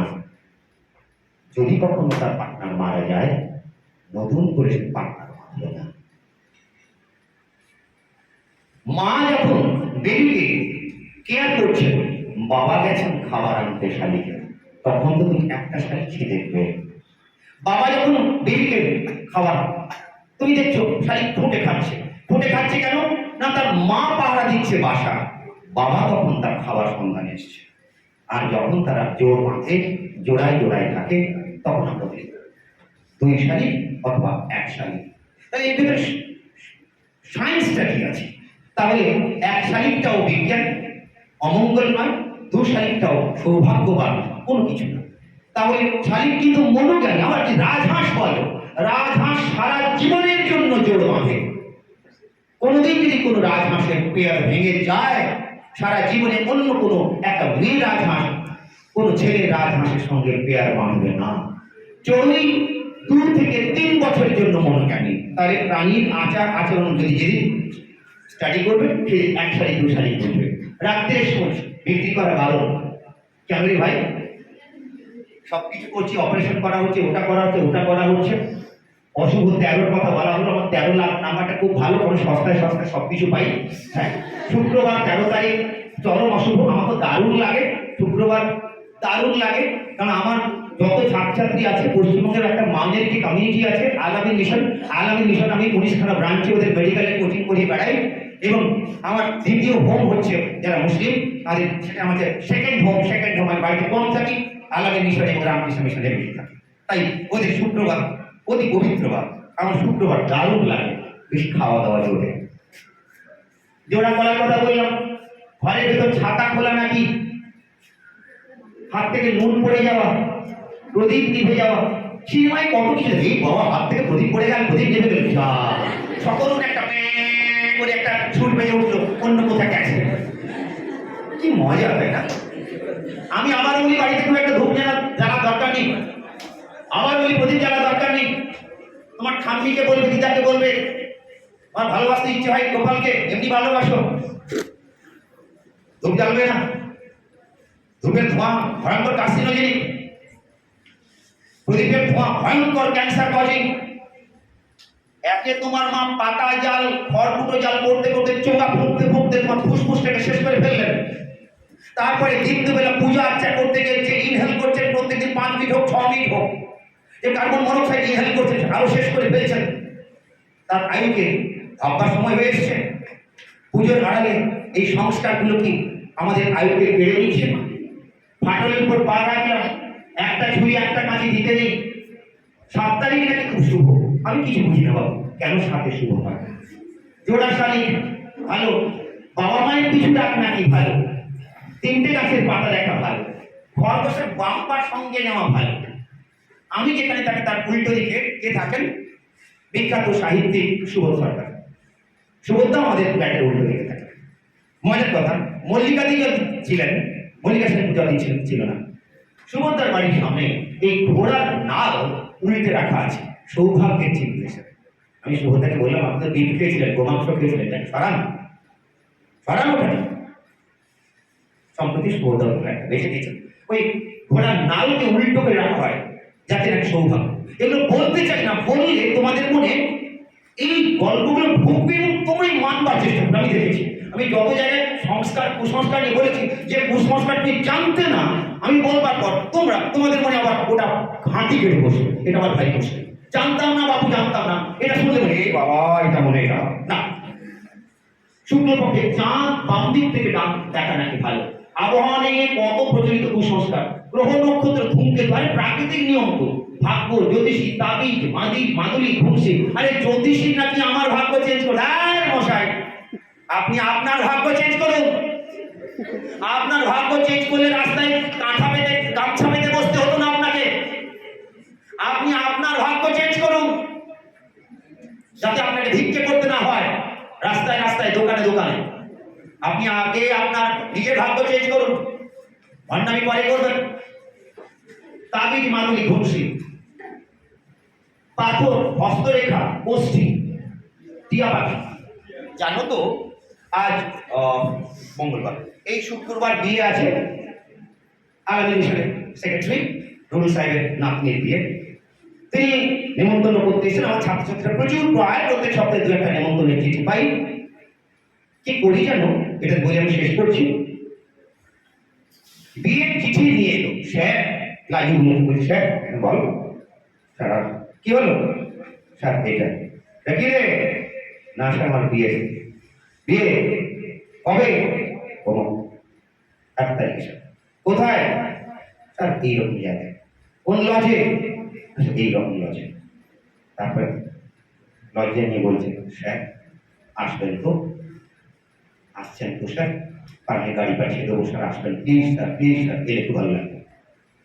আমি সকাল বলে দিন যাবো না। যে মেয়েটিকে এতদিন ভালোবেসে হাও মাও করে কেঁদে বলে, স্যার কি কি স্যার, কি কি আমি কি অন্যায় করছি স্যার, কি যদি কোনো নিমন্ত্রণে ত্রুটি হয়ে থাকে বলুন স্যার, আমি যাবো না। স্যার কেন স্যার? নিমন্ত্রণে ত্রুটি আছে? হ্যাঁ ত্রুটি আছে। না স্যার বাবা আসতে পারেনি, দিয়েছেন নিমন্ত্রণ চিঠি, তাহলে এটা আমি ছুঁড়ে ফেলে দিই। কি এটা? নিমন্ত্রণের চিঠি না। আমি যেতে পারি, যেতে পারি যদি একটা জিনিস দাও। স্যার কি দেবো স্যার? ডাক্তারি রিপোর্ট দেয়। ডাক্তারি রিপোর্ট? হ্যাঁ ডাক্তারি রিপোর্ট। ডাক্তারি রিপোর্ট ছাড়া আমি কোনো সন্তানের বিয়েতে যাই না। তুমি যাকে বিয়ে করেছো তার এইডস আছে কিনা জানো? না স্যার। ওর সিফিলিয়া কোনোদিন আছে কিনা জানো? না স্যার। ওর থ্যালাসেমিয়া ব্লাড ক্যান্সারের জিন বইছে জানো? না স্যার। হিমোফিলিয়া জানো? না স্যার। সিকল সেল অ্যানিমিয়া জানো? না স্যার। এতদিন কি পড়ালাম তাহলে তোমাকে? যদি ওই টেস্টগুলো না করে আনতে পারো আমি তোমার বিয়েতে যাব না। না স্যার কাল বাদে পরশুদিন বিয়ে, আমি যাবো না। কতজন যায় না, আমি যাব না, ধরে নাও। এটা স্যার আমার শেষ কথা? আমার শেষ কথা।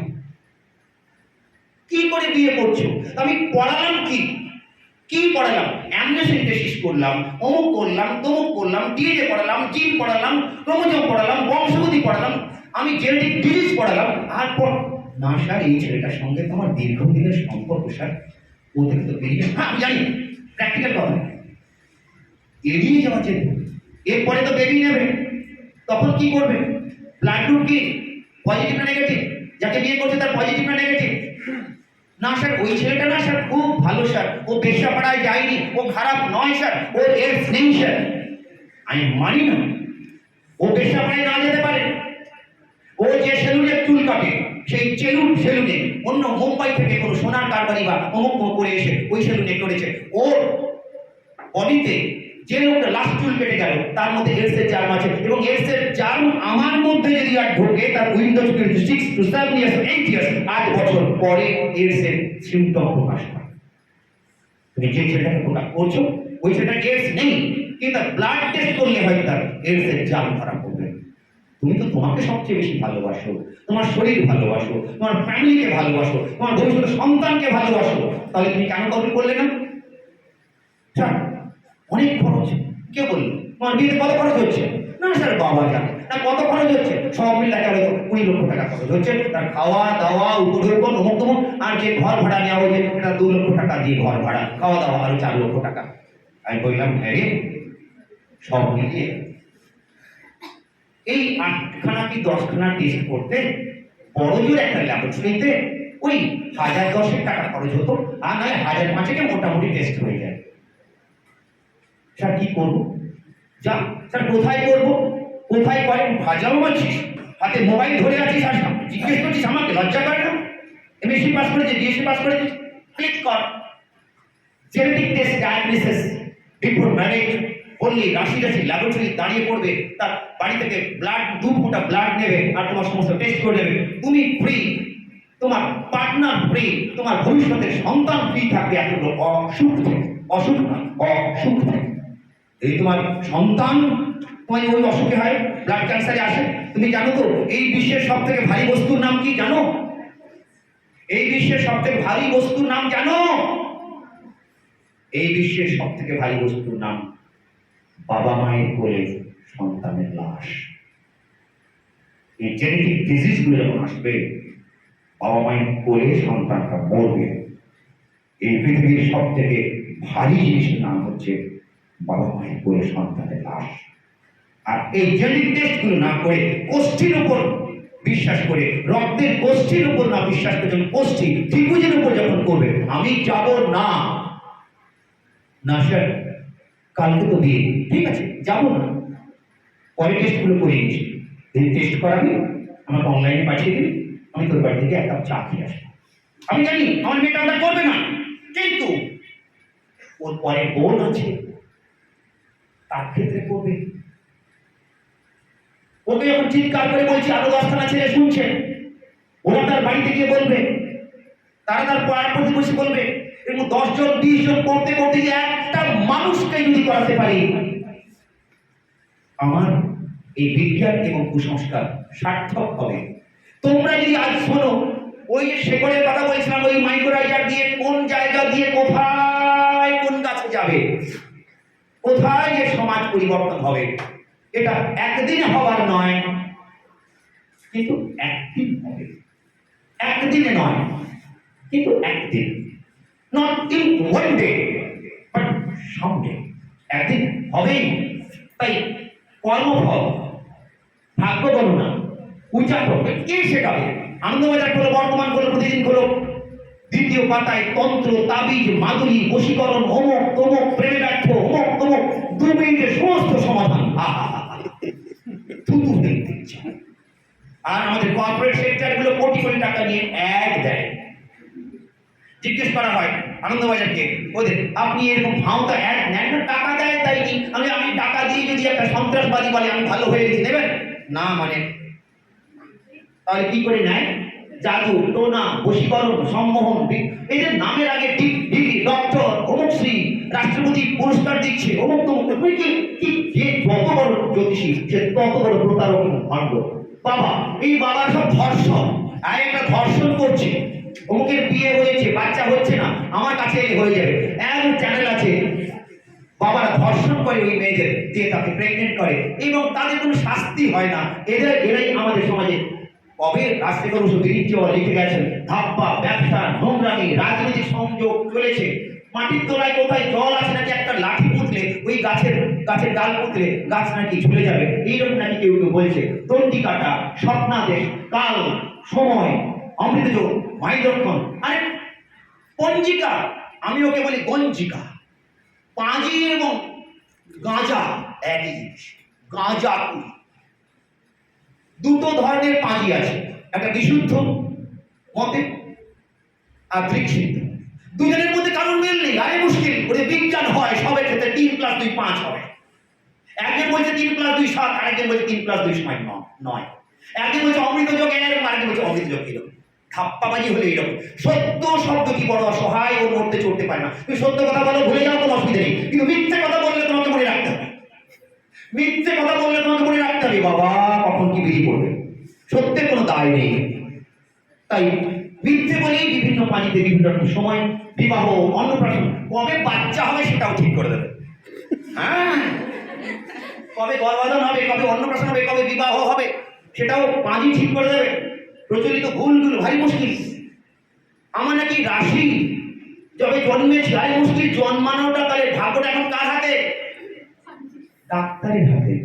আমার সকাল 10টায় জন্ম হওয়ার কথা ছিল, ডাক্তার বলল না মানে আমি পরশুদিন ব্যস্ত থাকবো, আমি আজকে সিজারিয়ানটা করে দেবো। তাহলে আজকে তাহলে আমি যখন খুশি আমি বাচ্চার জন্ম দিতে পারি, হ্যাঁ কি না? তাহলে যখন খুশি ভাগ্য পাল্টে গেল না? তাহলে আমার একরকম ভাগ্য ছিল, নর্মাল ডেলিভারি হলে একরকম ভাগ্য, সকাল 6টায় আমি ডাক্তার আবার পেট কেটে দিল, একটা বাচ্চা বেরোলো, তার একটা ভাগ্য। তাহলে একই বাচ্চা কোনো ভাগ্য ভাগ্য পাল্টে পাল্টে যাচ্ছে না? তাহলে জন্মক্ষণ পাল্টে যাচ্ছে। ধাপ্পাবাজি সীমা থাকা দরকার, সীমা থাকা দরকার। এই কথা বলে শেষ করি। কার ছবি? বঙ্কিমচন্দ্র ভাগ্যে কুসংস্কারে বিশ্বাস করতেন। তিনি ভালো সময় মন্দ সময় বিশ্বাস করতেন, পানিতে বিশ্বাস করতেন। অনেক ভালো সময় দেখে তার আদরের কন্যার বিয়ে দিয়েছিলেন। পানি দেখে, ভালো সময় দেখে, গোষ্ঠী বিচার করে, রাজ্যভোগ করে নিজের মেয়ের বিয়ে দিয়েছিলেন। বছর 4 পরে বঙ্কিমচন্দ্রের মেয়ে বিধবা হয়। এত রাজ্যভোগ করে স্বামী ঠিক করে দেওয়ার পর তার মেয়ে বিধবা হয়। তারপর রাগে ক্ষোভে বইপত্র সমস্ত পুড়িয়ে দিয়েছিলেন। তারপর থেকে বঙ্কিমচন্দ্র আর ভাগ্যগণনায় বিশ্বাসী ছিলেন না। লেবু লঙ্কার কথা বললাম, চন্দ্রগ্রহণ, সূর্যগ্রহণ, রাহু কেতু, খাওয়া দাওয়া সব বন্ধ, রাস্তাঘাটে বেরোনো বন্ধ, গর্ভস্থ শিশু সেও নাকি অন্ধ হয়ে যাবে, রাস্তায় গাড়ি ঘোড়া বন্ধ হয়ে যাবে, গায়ে প্রজাপতি বসলে নাকি বিবাহ আসল। আমার ছেলে মেয়েদের মতো গায়ে প্রজাপতি বসুক, কি অদ্ভুত! জানো তো জানো তো জানো, আমি আমি আমি দাঁড়িয়ে থাকি এবং আমার স্ত্রী দাঁড়িয়ে থাকেন, জানো তো আমার স্ত্রী গায়ে প্রজাপতি বসে না, আমার গায়ে প্রচুর প্রচুর প্রজাপতি বসে। আমার স্ত্রী বলে থাকেন এ কি তোমার গায়ে প্রজাপতি বসে, তোমাকে আরেকটা বিয়ে হবে নাকি? হ্যাঁ করো করো করো করো, আরেকটা বিয়ে করো। আরে কি বানানো কথা নয়, বানানো কথা নয়। আমি দাঁড়িয়ে আছি, আমার স্ত্রী দাঁড়িয়ে আছে, আমার গায়ে প্রজাপতি বসছে, আমার স্ত্রী গায়ে বসছে না। কি হলো? মনে রাখবে, প্রজাপতি ভালোবাসে ল্যাকটিক অ্যাসিড, প্রজাপতি ভালোবাসে প্রচুর লবণ। আমি খুব ঘামি, প্রজাপতি লবণের গন্ধ পায়, প্রজাপতি ল্যাকটিক অ্যাসিডের গন্ধ পায়। তাহলে যে বেশি ঘামে, যেখানে একটু নুন আছে, একটু জল আছে, গোবরের দেখবে, গোবরের মানে গরু পায়খানা গোবর রয়েছে, এখানে গাদা গাদা প্রজাপতি, একটু পাডলিং বলে, পাডলিং সায়েন্স জানতে হবে, তবে বুঝতে পারবে প্রজাপতি বসা কি গল্পটা। যারা বেশি ঘামে, যাদের বেশি ল্যাকটিক অ্যাসিড আছে, যাদের বডিতে সল্ট বেশি আছে, তাদের অটোমেটিক্যালি বসবে। সুতরাং না, আমার দ্বিতীয় বিবাহ হবে না। তাহলে ঠিক ঠিক গায়ে উঠলে কি হতে পারে? ময়ূরের পালক, একটু দেখলাম ময়ূরের পালক করবার জন্য রাশি রাশি ময়ূরকে মেরে ফেলছে। বাঘের নখ, বাঘের চুল রাখলে, বাঘের নখ থেতো করে খেলে নাকি পুরুষের পৌরুষ বাড়ে, সেক্স পাওয়ার বাড়ে। এর ফলে বাঘগুলোকে মেরে তার মুখগুলোকে উপড়ে, নখগুলোকে নৃশংসভাবে উপড়ে চোরা বাজারে বিক্রি হচ্ছে। বাঘ মরে যাওয়ার অন্য কারণ এই কুসংস্কার। এই কোন সকাল রাতের যে অন্ধকার। সম্প্রতি কলকাতা বিশ্ববিদ্যালয়ে এমএসসিতে পড়ানো হবে জ্যোতিষ। সেন্ট্রাল গভর্নমেন্ট থেকে আদেশ এসেছে জ্যোতিষে মাস্টার ডিগ্রি পড়ানো হয়। ভারতবর্ষের যারা শিক্ষা চালাচ্ছেন, ঘেন্না করো, আজ থেকে ঘেন্না করো। জ্যোতির্বিদ্যা এবং জ্যোতিষ শাস্ত্র এক নয়। জ্যোতিষ কখনো শাস্ত্র হতে পারে? হ্যাঁ, আজ যেটাকে জ্যোতিষ বলি, আগে ওই জ্যোতিষ ছিল, জ্যোতিষ্ক থেকে জ্যোতিষ, পরে ধান্দাবাদীরা অ্যাপ্লাইড জ্যোতিষ, ফলিত জ্যোতিষ করে ফেলেছে। পরে যাকে জ্যোতিষ আগে বলা হতো, এখন তাকে জোর করে তার পাল্টে আমরা জ্যোতির্বিজ্ঞান বলেছি। আগে একটাই শব্দ ছিল জ্যোতিষ শাস্ত্র, কিন্তু আজকাল জ্যোতিষ শাস্ত্র ওটা সম্পূর্ণ আলাদা। গোবর খাওয়া, গোমূত্র খাওয়া ভারতবর্ষে চলেছে। হাতে কতগুলো আংটি দেখো, ওরে বাবা গো, কত আংটি, নবগ্রহ। যুগটা বিজ্ঞানের নাকি বিজ্ঞাপনের? কতদিন ধরে আমি আজ কেন বলছি অক্ষয় কুমার দত্ত, রামেন্দ্র সুন্দর দ্বিবেদী, সুকুমার রায়, রাজশেখর বসু কত কত কত কত লিখে গেছেন, সারা জীবন লড়ে গেছেন। আজও কিন্তু কুসংস্কার চলছে। এই রাজা যায়, ওই রাজা আসে, এই রাজা যায়, শুধু জামা কাপড়ের রং বদলায়, শুধু মুখোশের ঢং বদলায়, দিন বদলায় না, দিন কিন্তু বদলাচ্ছে না। বিবাহের সময় না গোষ্ঠী না রক্তের গোষ্ঠী। আমি ছাত্রছাত্রীদের নিমন্ত্রণে একেবারে যাই না, সরাসরি রিফিউজ করি। কতই রঙ দেখে, কেউ গোপ দাড়ি নিয়ে, বিশাল গোপ, বিশাল দাড়ি, খুব পাখি, লাল পোশাক, কত রকম বুজরুক বোম বোম বোম বোম বোম বোম করে একই রকম কত বুজরুকি করতে থাকে, অবাক হয়ে যায়। মেয়েরাও পিছিয়ে নেই, তাদের আগে দেখো বিশাল চুল, হাতে রুদ্রাক্ষ, গলায় রুদ্রাক্ষ, কত রকম দশমহাবিদ্যা, সহদেশ্বর, বিদুষী নারী, বিজ্ঞাপনের পাতা, এরকম চলছে। তাই ঈশ্বর প্রদত্ত ক্ষমতা নাকি এদের আছে, এক ওষুধে সব রোগ উপকার।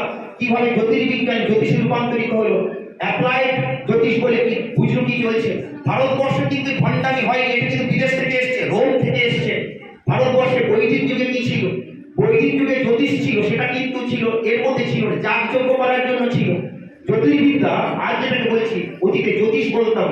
ভণ্ডামি কবে থেকে শুরু, কবে থেকে অধঃপতন, হস্তরেখা, এটাও। আচ্ছা, হাতেই আমাদের রেখা হয়, এটা নাকি হাত দেখে বলে দেয়। জানো হাতে রেখা কেন হয়? কাদের হাতে রেখা থাকে জানো? আমাদের পূর্বপুরুষকে জানো? বাঁদর, শিম্পাঞ্জি, গরিলা, বেবুন, ওরা ওটা। গরিলাদের হাঁটতে দেখেছো? তাকামাতি কেমন হাঁটে, সামনের হাতটা একটু মুড়ে রাখে, মুড়ে রেখে এইরকম চাপ দিয়ে সামনের দুটো পায়ে হেলে তুলে হেলে তুলে হাঁটতে থাকে। সামনের হাতটাকে ভাঁজ করে রাখতে হয়। এই ভাঁজ করে রাখতে রাখতে রাখতে রাখতে রাখতে রাখতে তাদের হাতে আঁচ পড়ে। আর আমরা আমাদের অস্ট্রালজি থেকে আমাদের যে পূর্বপুরুষ ওইখান থেকে এসেছি বলে, আর ওরা ওই গরিলা থেকে এসেছে বলে আমাদের ওই জিনটা থেকে গেছে। আর মায়ের পেটে যখন থাকি জায়গা তো বড্ড কম, তাই হাত মেরে রাখতে পারি না। ওই মায়ের পেটে থাকার সময় হাত ভাঁজ করে থাকি, এই ভাঁজ ভাঁজ ভাঁজ করতে করতে করতে করতে ওটা থেকে যায়। এইটাই যখন বিজ্ঞান, তাহলে এটা নিয়ে কেমন ব্যবসা চলছে বুঝতেই পারছো। অপবিজ্ঞান, ছেলে এবং মেয়ে, কে শুক্র, কে শনি, কে রবি, ব্যাবলীয় কি বলে, বিদেশিরাই আসল শয়তান, মহর্ষি ভেকু সে আরেক শয়তান। নক্ষত্র, কতগুলো নক্ষত্র, আরে নাকি 27খানা নক্ষত্র আছে, আকাশে কোটি কোটি নক্ষত্র আছে। জ্যোতিষ বলছে নাকি 27খানা নক্ষত্র। সূর্য নাকি একটা, বলছে সূর্য নাকি একটা গ্রহ। সত্যি জ্যোতিষে একটা গ্রহ। সূর্য আমরা জানি সূর্য একটা কি নক্ষত্র, জ্যোতিষ বলছে একটা। আর বলছে চাঁদ নাকি একটা গ্রহ। আরে চাঁদ একটা কি উপগ্রহ। এরপরে তোমাদের বোঝানোর কোনো দরকার নেই, চাঁদ একটা উপগ্রহ, সূর্য একটি নক্ষত্র, আর জ্যোতিষ বলছে নাকি গ্রহ। আমরা একটা আহম্মক, তাই চন্দ্র একটি গ্রহ বলছি। চাঁদের যদি এত প্রভাব হবে, তাহলে বৃহস্পতি তো অনেক উপগ্রহ আছে, হ্যাঁ কি না? কই ওই উপগ্রহগুলোর কোনো প্রভাব নেই, কেন নেই? উত্তর নেই। প্রতিটা জ্যোতিষী এখন পৃথিবীকে বেঞ্চের মতো আটকে রেখেছে। কোন জ্যোতিষী এখনো পর্যন্ত বলে না পৃথিবী ঘোরে। সবাই এখন বলছে পৃথিবী দাঁড়িয়ে আছে, সূর্য ঘুরছে।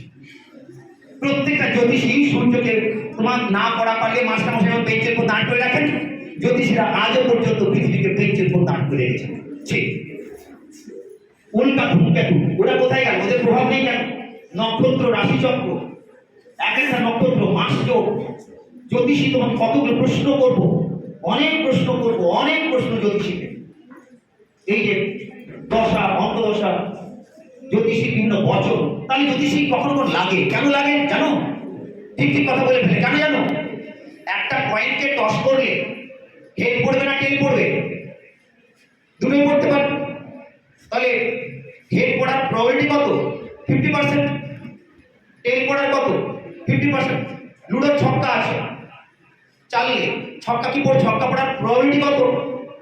1/6, 1/6। তাই এটা হচ্ছে পরিসংখ্যান এবং স্ট্যাটিস্টিক্স। 10টা কথা বলবো, 10 জনকে বলবে, যেটা লাগলো তোমার মনে থাকবে, আর যেটা লাগলো না কেউ মনে রাখলো না। হাজার হাজার মানুষকে বললো, যার দুটো জিনিস লেগে গেছে সে হই হই করে বললো, আর যে লাগলো না যার কথা, তার কথা কেউ বললো না। দ্বিতীয় হচ্ছে কাকতালীয়, কাব্য শুধু তাল পড়লো। মনস্তত্ত্ব, তারা খুব ভালো সাইকোলজি। লোকটা এসেছে, কোন বয়স মেয়েটার? মেয়েটার 18 বছর। ও 18 বছরে কি হতে পারে? ও তাহলে প্রেম ঘটিত হতে পারে। আচ্ছা, 24 বছর কি হয়েছে? ও তাহলে চাকরি ঘটিত হতে পারে। 50 বছর তাহলে মেয়ের বিয়ে হচ্ছে না, হতে পারে। 70 বছর তাহলে শরীর স্বাস্থ্য ভালো নেই, হতে পারে। এই তারপর মোস্ট ভেরি গুড সাইকিয়াট্রিস্ট ভালো করে চোখ দেখে বুঝে আজই করে কূটনৈতিক চাল এমন চাল দেবে, অমুক গ্রহের অমুক দোষের তমুক রুষ্ট হয়ে গেছেন, সুতরাং অমুক করিলে তমুক ধারণ করিবেন। একটা বাক্যে বলে না, অনেকগুলো বাক্য বলে, তাই তুমি তার উদ্ধার করতে পারবে। আর লাস্ট কথা, গোয়েন্দাগিরি। যারা সব থেকে বড় জ্যোতিষী, ওদের অ্যাপয়েন্টমেন্ট নিতে হয়। আমি অ্যাপয়েন্টমেন্ট নিই, আমার ফেসবুক দেখে নেবে, আমার ইনস্টা দেখে নেবে, আর বন্ধু বান্ধব দেখে নেবে, আমার সার্কেল দেখে নেবে, আমার কোথায় যাই, কি পড়াশোনা করি, কি সমস্ত আমার সম্পর্কে, এবং আমার সম্পর্কে 5টা গোয়েন্দা লাগিয়ে দেবে। পুরো ডেটা কালেক্ট করে ফেললো, এবং তার মধ্যে 2-4টে বলবে, আমার আস্থা অর্জন করবে। আধুনিক যুগে জ্যোতিষী করার অনেক সুবিধে, কারণ they collect a lot of data. কারণ তার ব্যবসা টিকিয়ে রাখতে গেলে they are very much active and they collect lot of data. প্রচুর গোয়েন্দাগিরি করে একটা কাস্টমারকে তাক লাগিয়ে দিতে পারলেই ভালো। আমার চেম্বারে অমুক মাস্টারমশাই এসেছিলেন, হয়ে গেল, বেঁচে খাবে। এইভাবে কিভাবে হবে উত্তর দিতে বলবো। তাহলে ভাগ্য যদি হয় একই যমজের মনোজাইগোটিক টুইন, একই জায়গা থেকে হচ্ছে, ওদের ভাগ্য আলাদা হয় কেন? ওরে হিরে কিচ্ছু নয়, কার্বন প্রবাল কিচ্ছু নয়, ওটা পাইলাম নিগারিয়া, ওরাল, আর বাদ বাকিগুলো সিলিকেট, অ্যালুমিনিয়ামের, সবগুলো অ্যালুমিনিয়াম সিলিকেট, অ্যালুমিনিয়াম বালি যৌগ, যাই বলো না কেন সম্পূর্ণ ধাপ্পা। মঙ্গলে সম্পূর্ণ ধাপ্পা, সম্পূর্ণ এইগুলো ধাপ্পা। রত্নগুলো শক্তিগুলো কোথায় যাচ্ছে? কসমিকের তত্ত্বভূত। শেষ পর্যন্ত কে জিতবে? ভাগ্য রেখার কথা বললাম। কোনটা? হৃদয় রেখা, মস্ত রেখা, আয়ু রেখা, ভাগ্য রেখা, স্বাস্থ্য রেখা, সূর্য রেখা, চন্দ্র রেখা, মঙ্গল রেখা, সবই ধাপ্পা রেখা। হাতে বিভিন্ন কোন জায়গা ফুলে মস্ত রেখার উৎপত্তি কি করে হয়? নিউমারোলজি, গল্জিকা না গল্জিকা, সবাই ভালো। সবাই তো দেখো, ভোটের সময় সবাই কিন্তু ভালো সময় দেখে কি করে? মনোনয়ন পত্র দেয় তো। সবাই তো ভালো সময় দেখে কি করে? মনোনয়ন পত্র দেয়। তাহলে একজন হারে একজন যেতে কেন? তোমাদের ভাবতে হবে ধাপ্পা কেন বলছে। ভাগ্যিস এডমন্ড হিলারি এবং তেনজিং নরওয়ে তারা পাঁজি রেখে যাননি, নাহলে এভারেস্ট জয় করতে পারতেন না। আমুন্ডসেন দক্ষিণ মেরু যাওয়ার আগে পানি দেখেননি, তাই পানি পঞ্জিকা না, দুটোই ধাপ্পা। মসুর ডাল আমিষ না নিরামিষ, দুধ না মাংস, কোনটা আমিষ? পরীক্ষার সময় ডিম না রসগোল্লা, মুখে ঝাঁটা মারতে হয়। এদিকে মঙ্গলবার মোচা কিনতে নেই, মঙ্গলবার ঝাঁটা কিনতে নেই, ঝিঁটিয়ে বিদায় করুন। মঙ্গলবার ছেলে মেয়ের জন্মবারে নখ কাটবেন না। শেষ নেই, একের পর এক ঘন্টানে শেষ নেই। এর জন্য দায়ী কে? আমরা শিক্ষক। এর জন্য দায়ী কে? বাবা মা। এর জন্য দায়ী কে? আমাদের বিবেক এবং আমাদের যুক্তিবোধের অভাব। আমরা সামনের দিকে এগোচ্ছি না পেছনের দিকে এগোচ্ছি। বাকির পুজোর নাকি হাহাকার, নাকি এটা রাতের যে অন্ধকার, কতদিন অন্ত সেজে থাকবে, কত ধাপ্পা আর ধাপ্পা। মদ এবং দুধ দুটোই দিলাম, তুমি মদ বেঁচে দুধ খাবে না দুধ বেঁচে মদ খাবে? তোমাদের বোঝাটা, তুমি দুধ বেঁচে মদ খাবে না মদ বেঁচে দুধ খাবে? আমি আগামী প্রজন্মের ছাড়লাম। তাই প্রত্যেককে নমস্কার এবং ধন্যবাদ।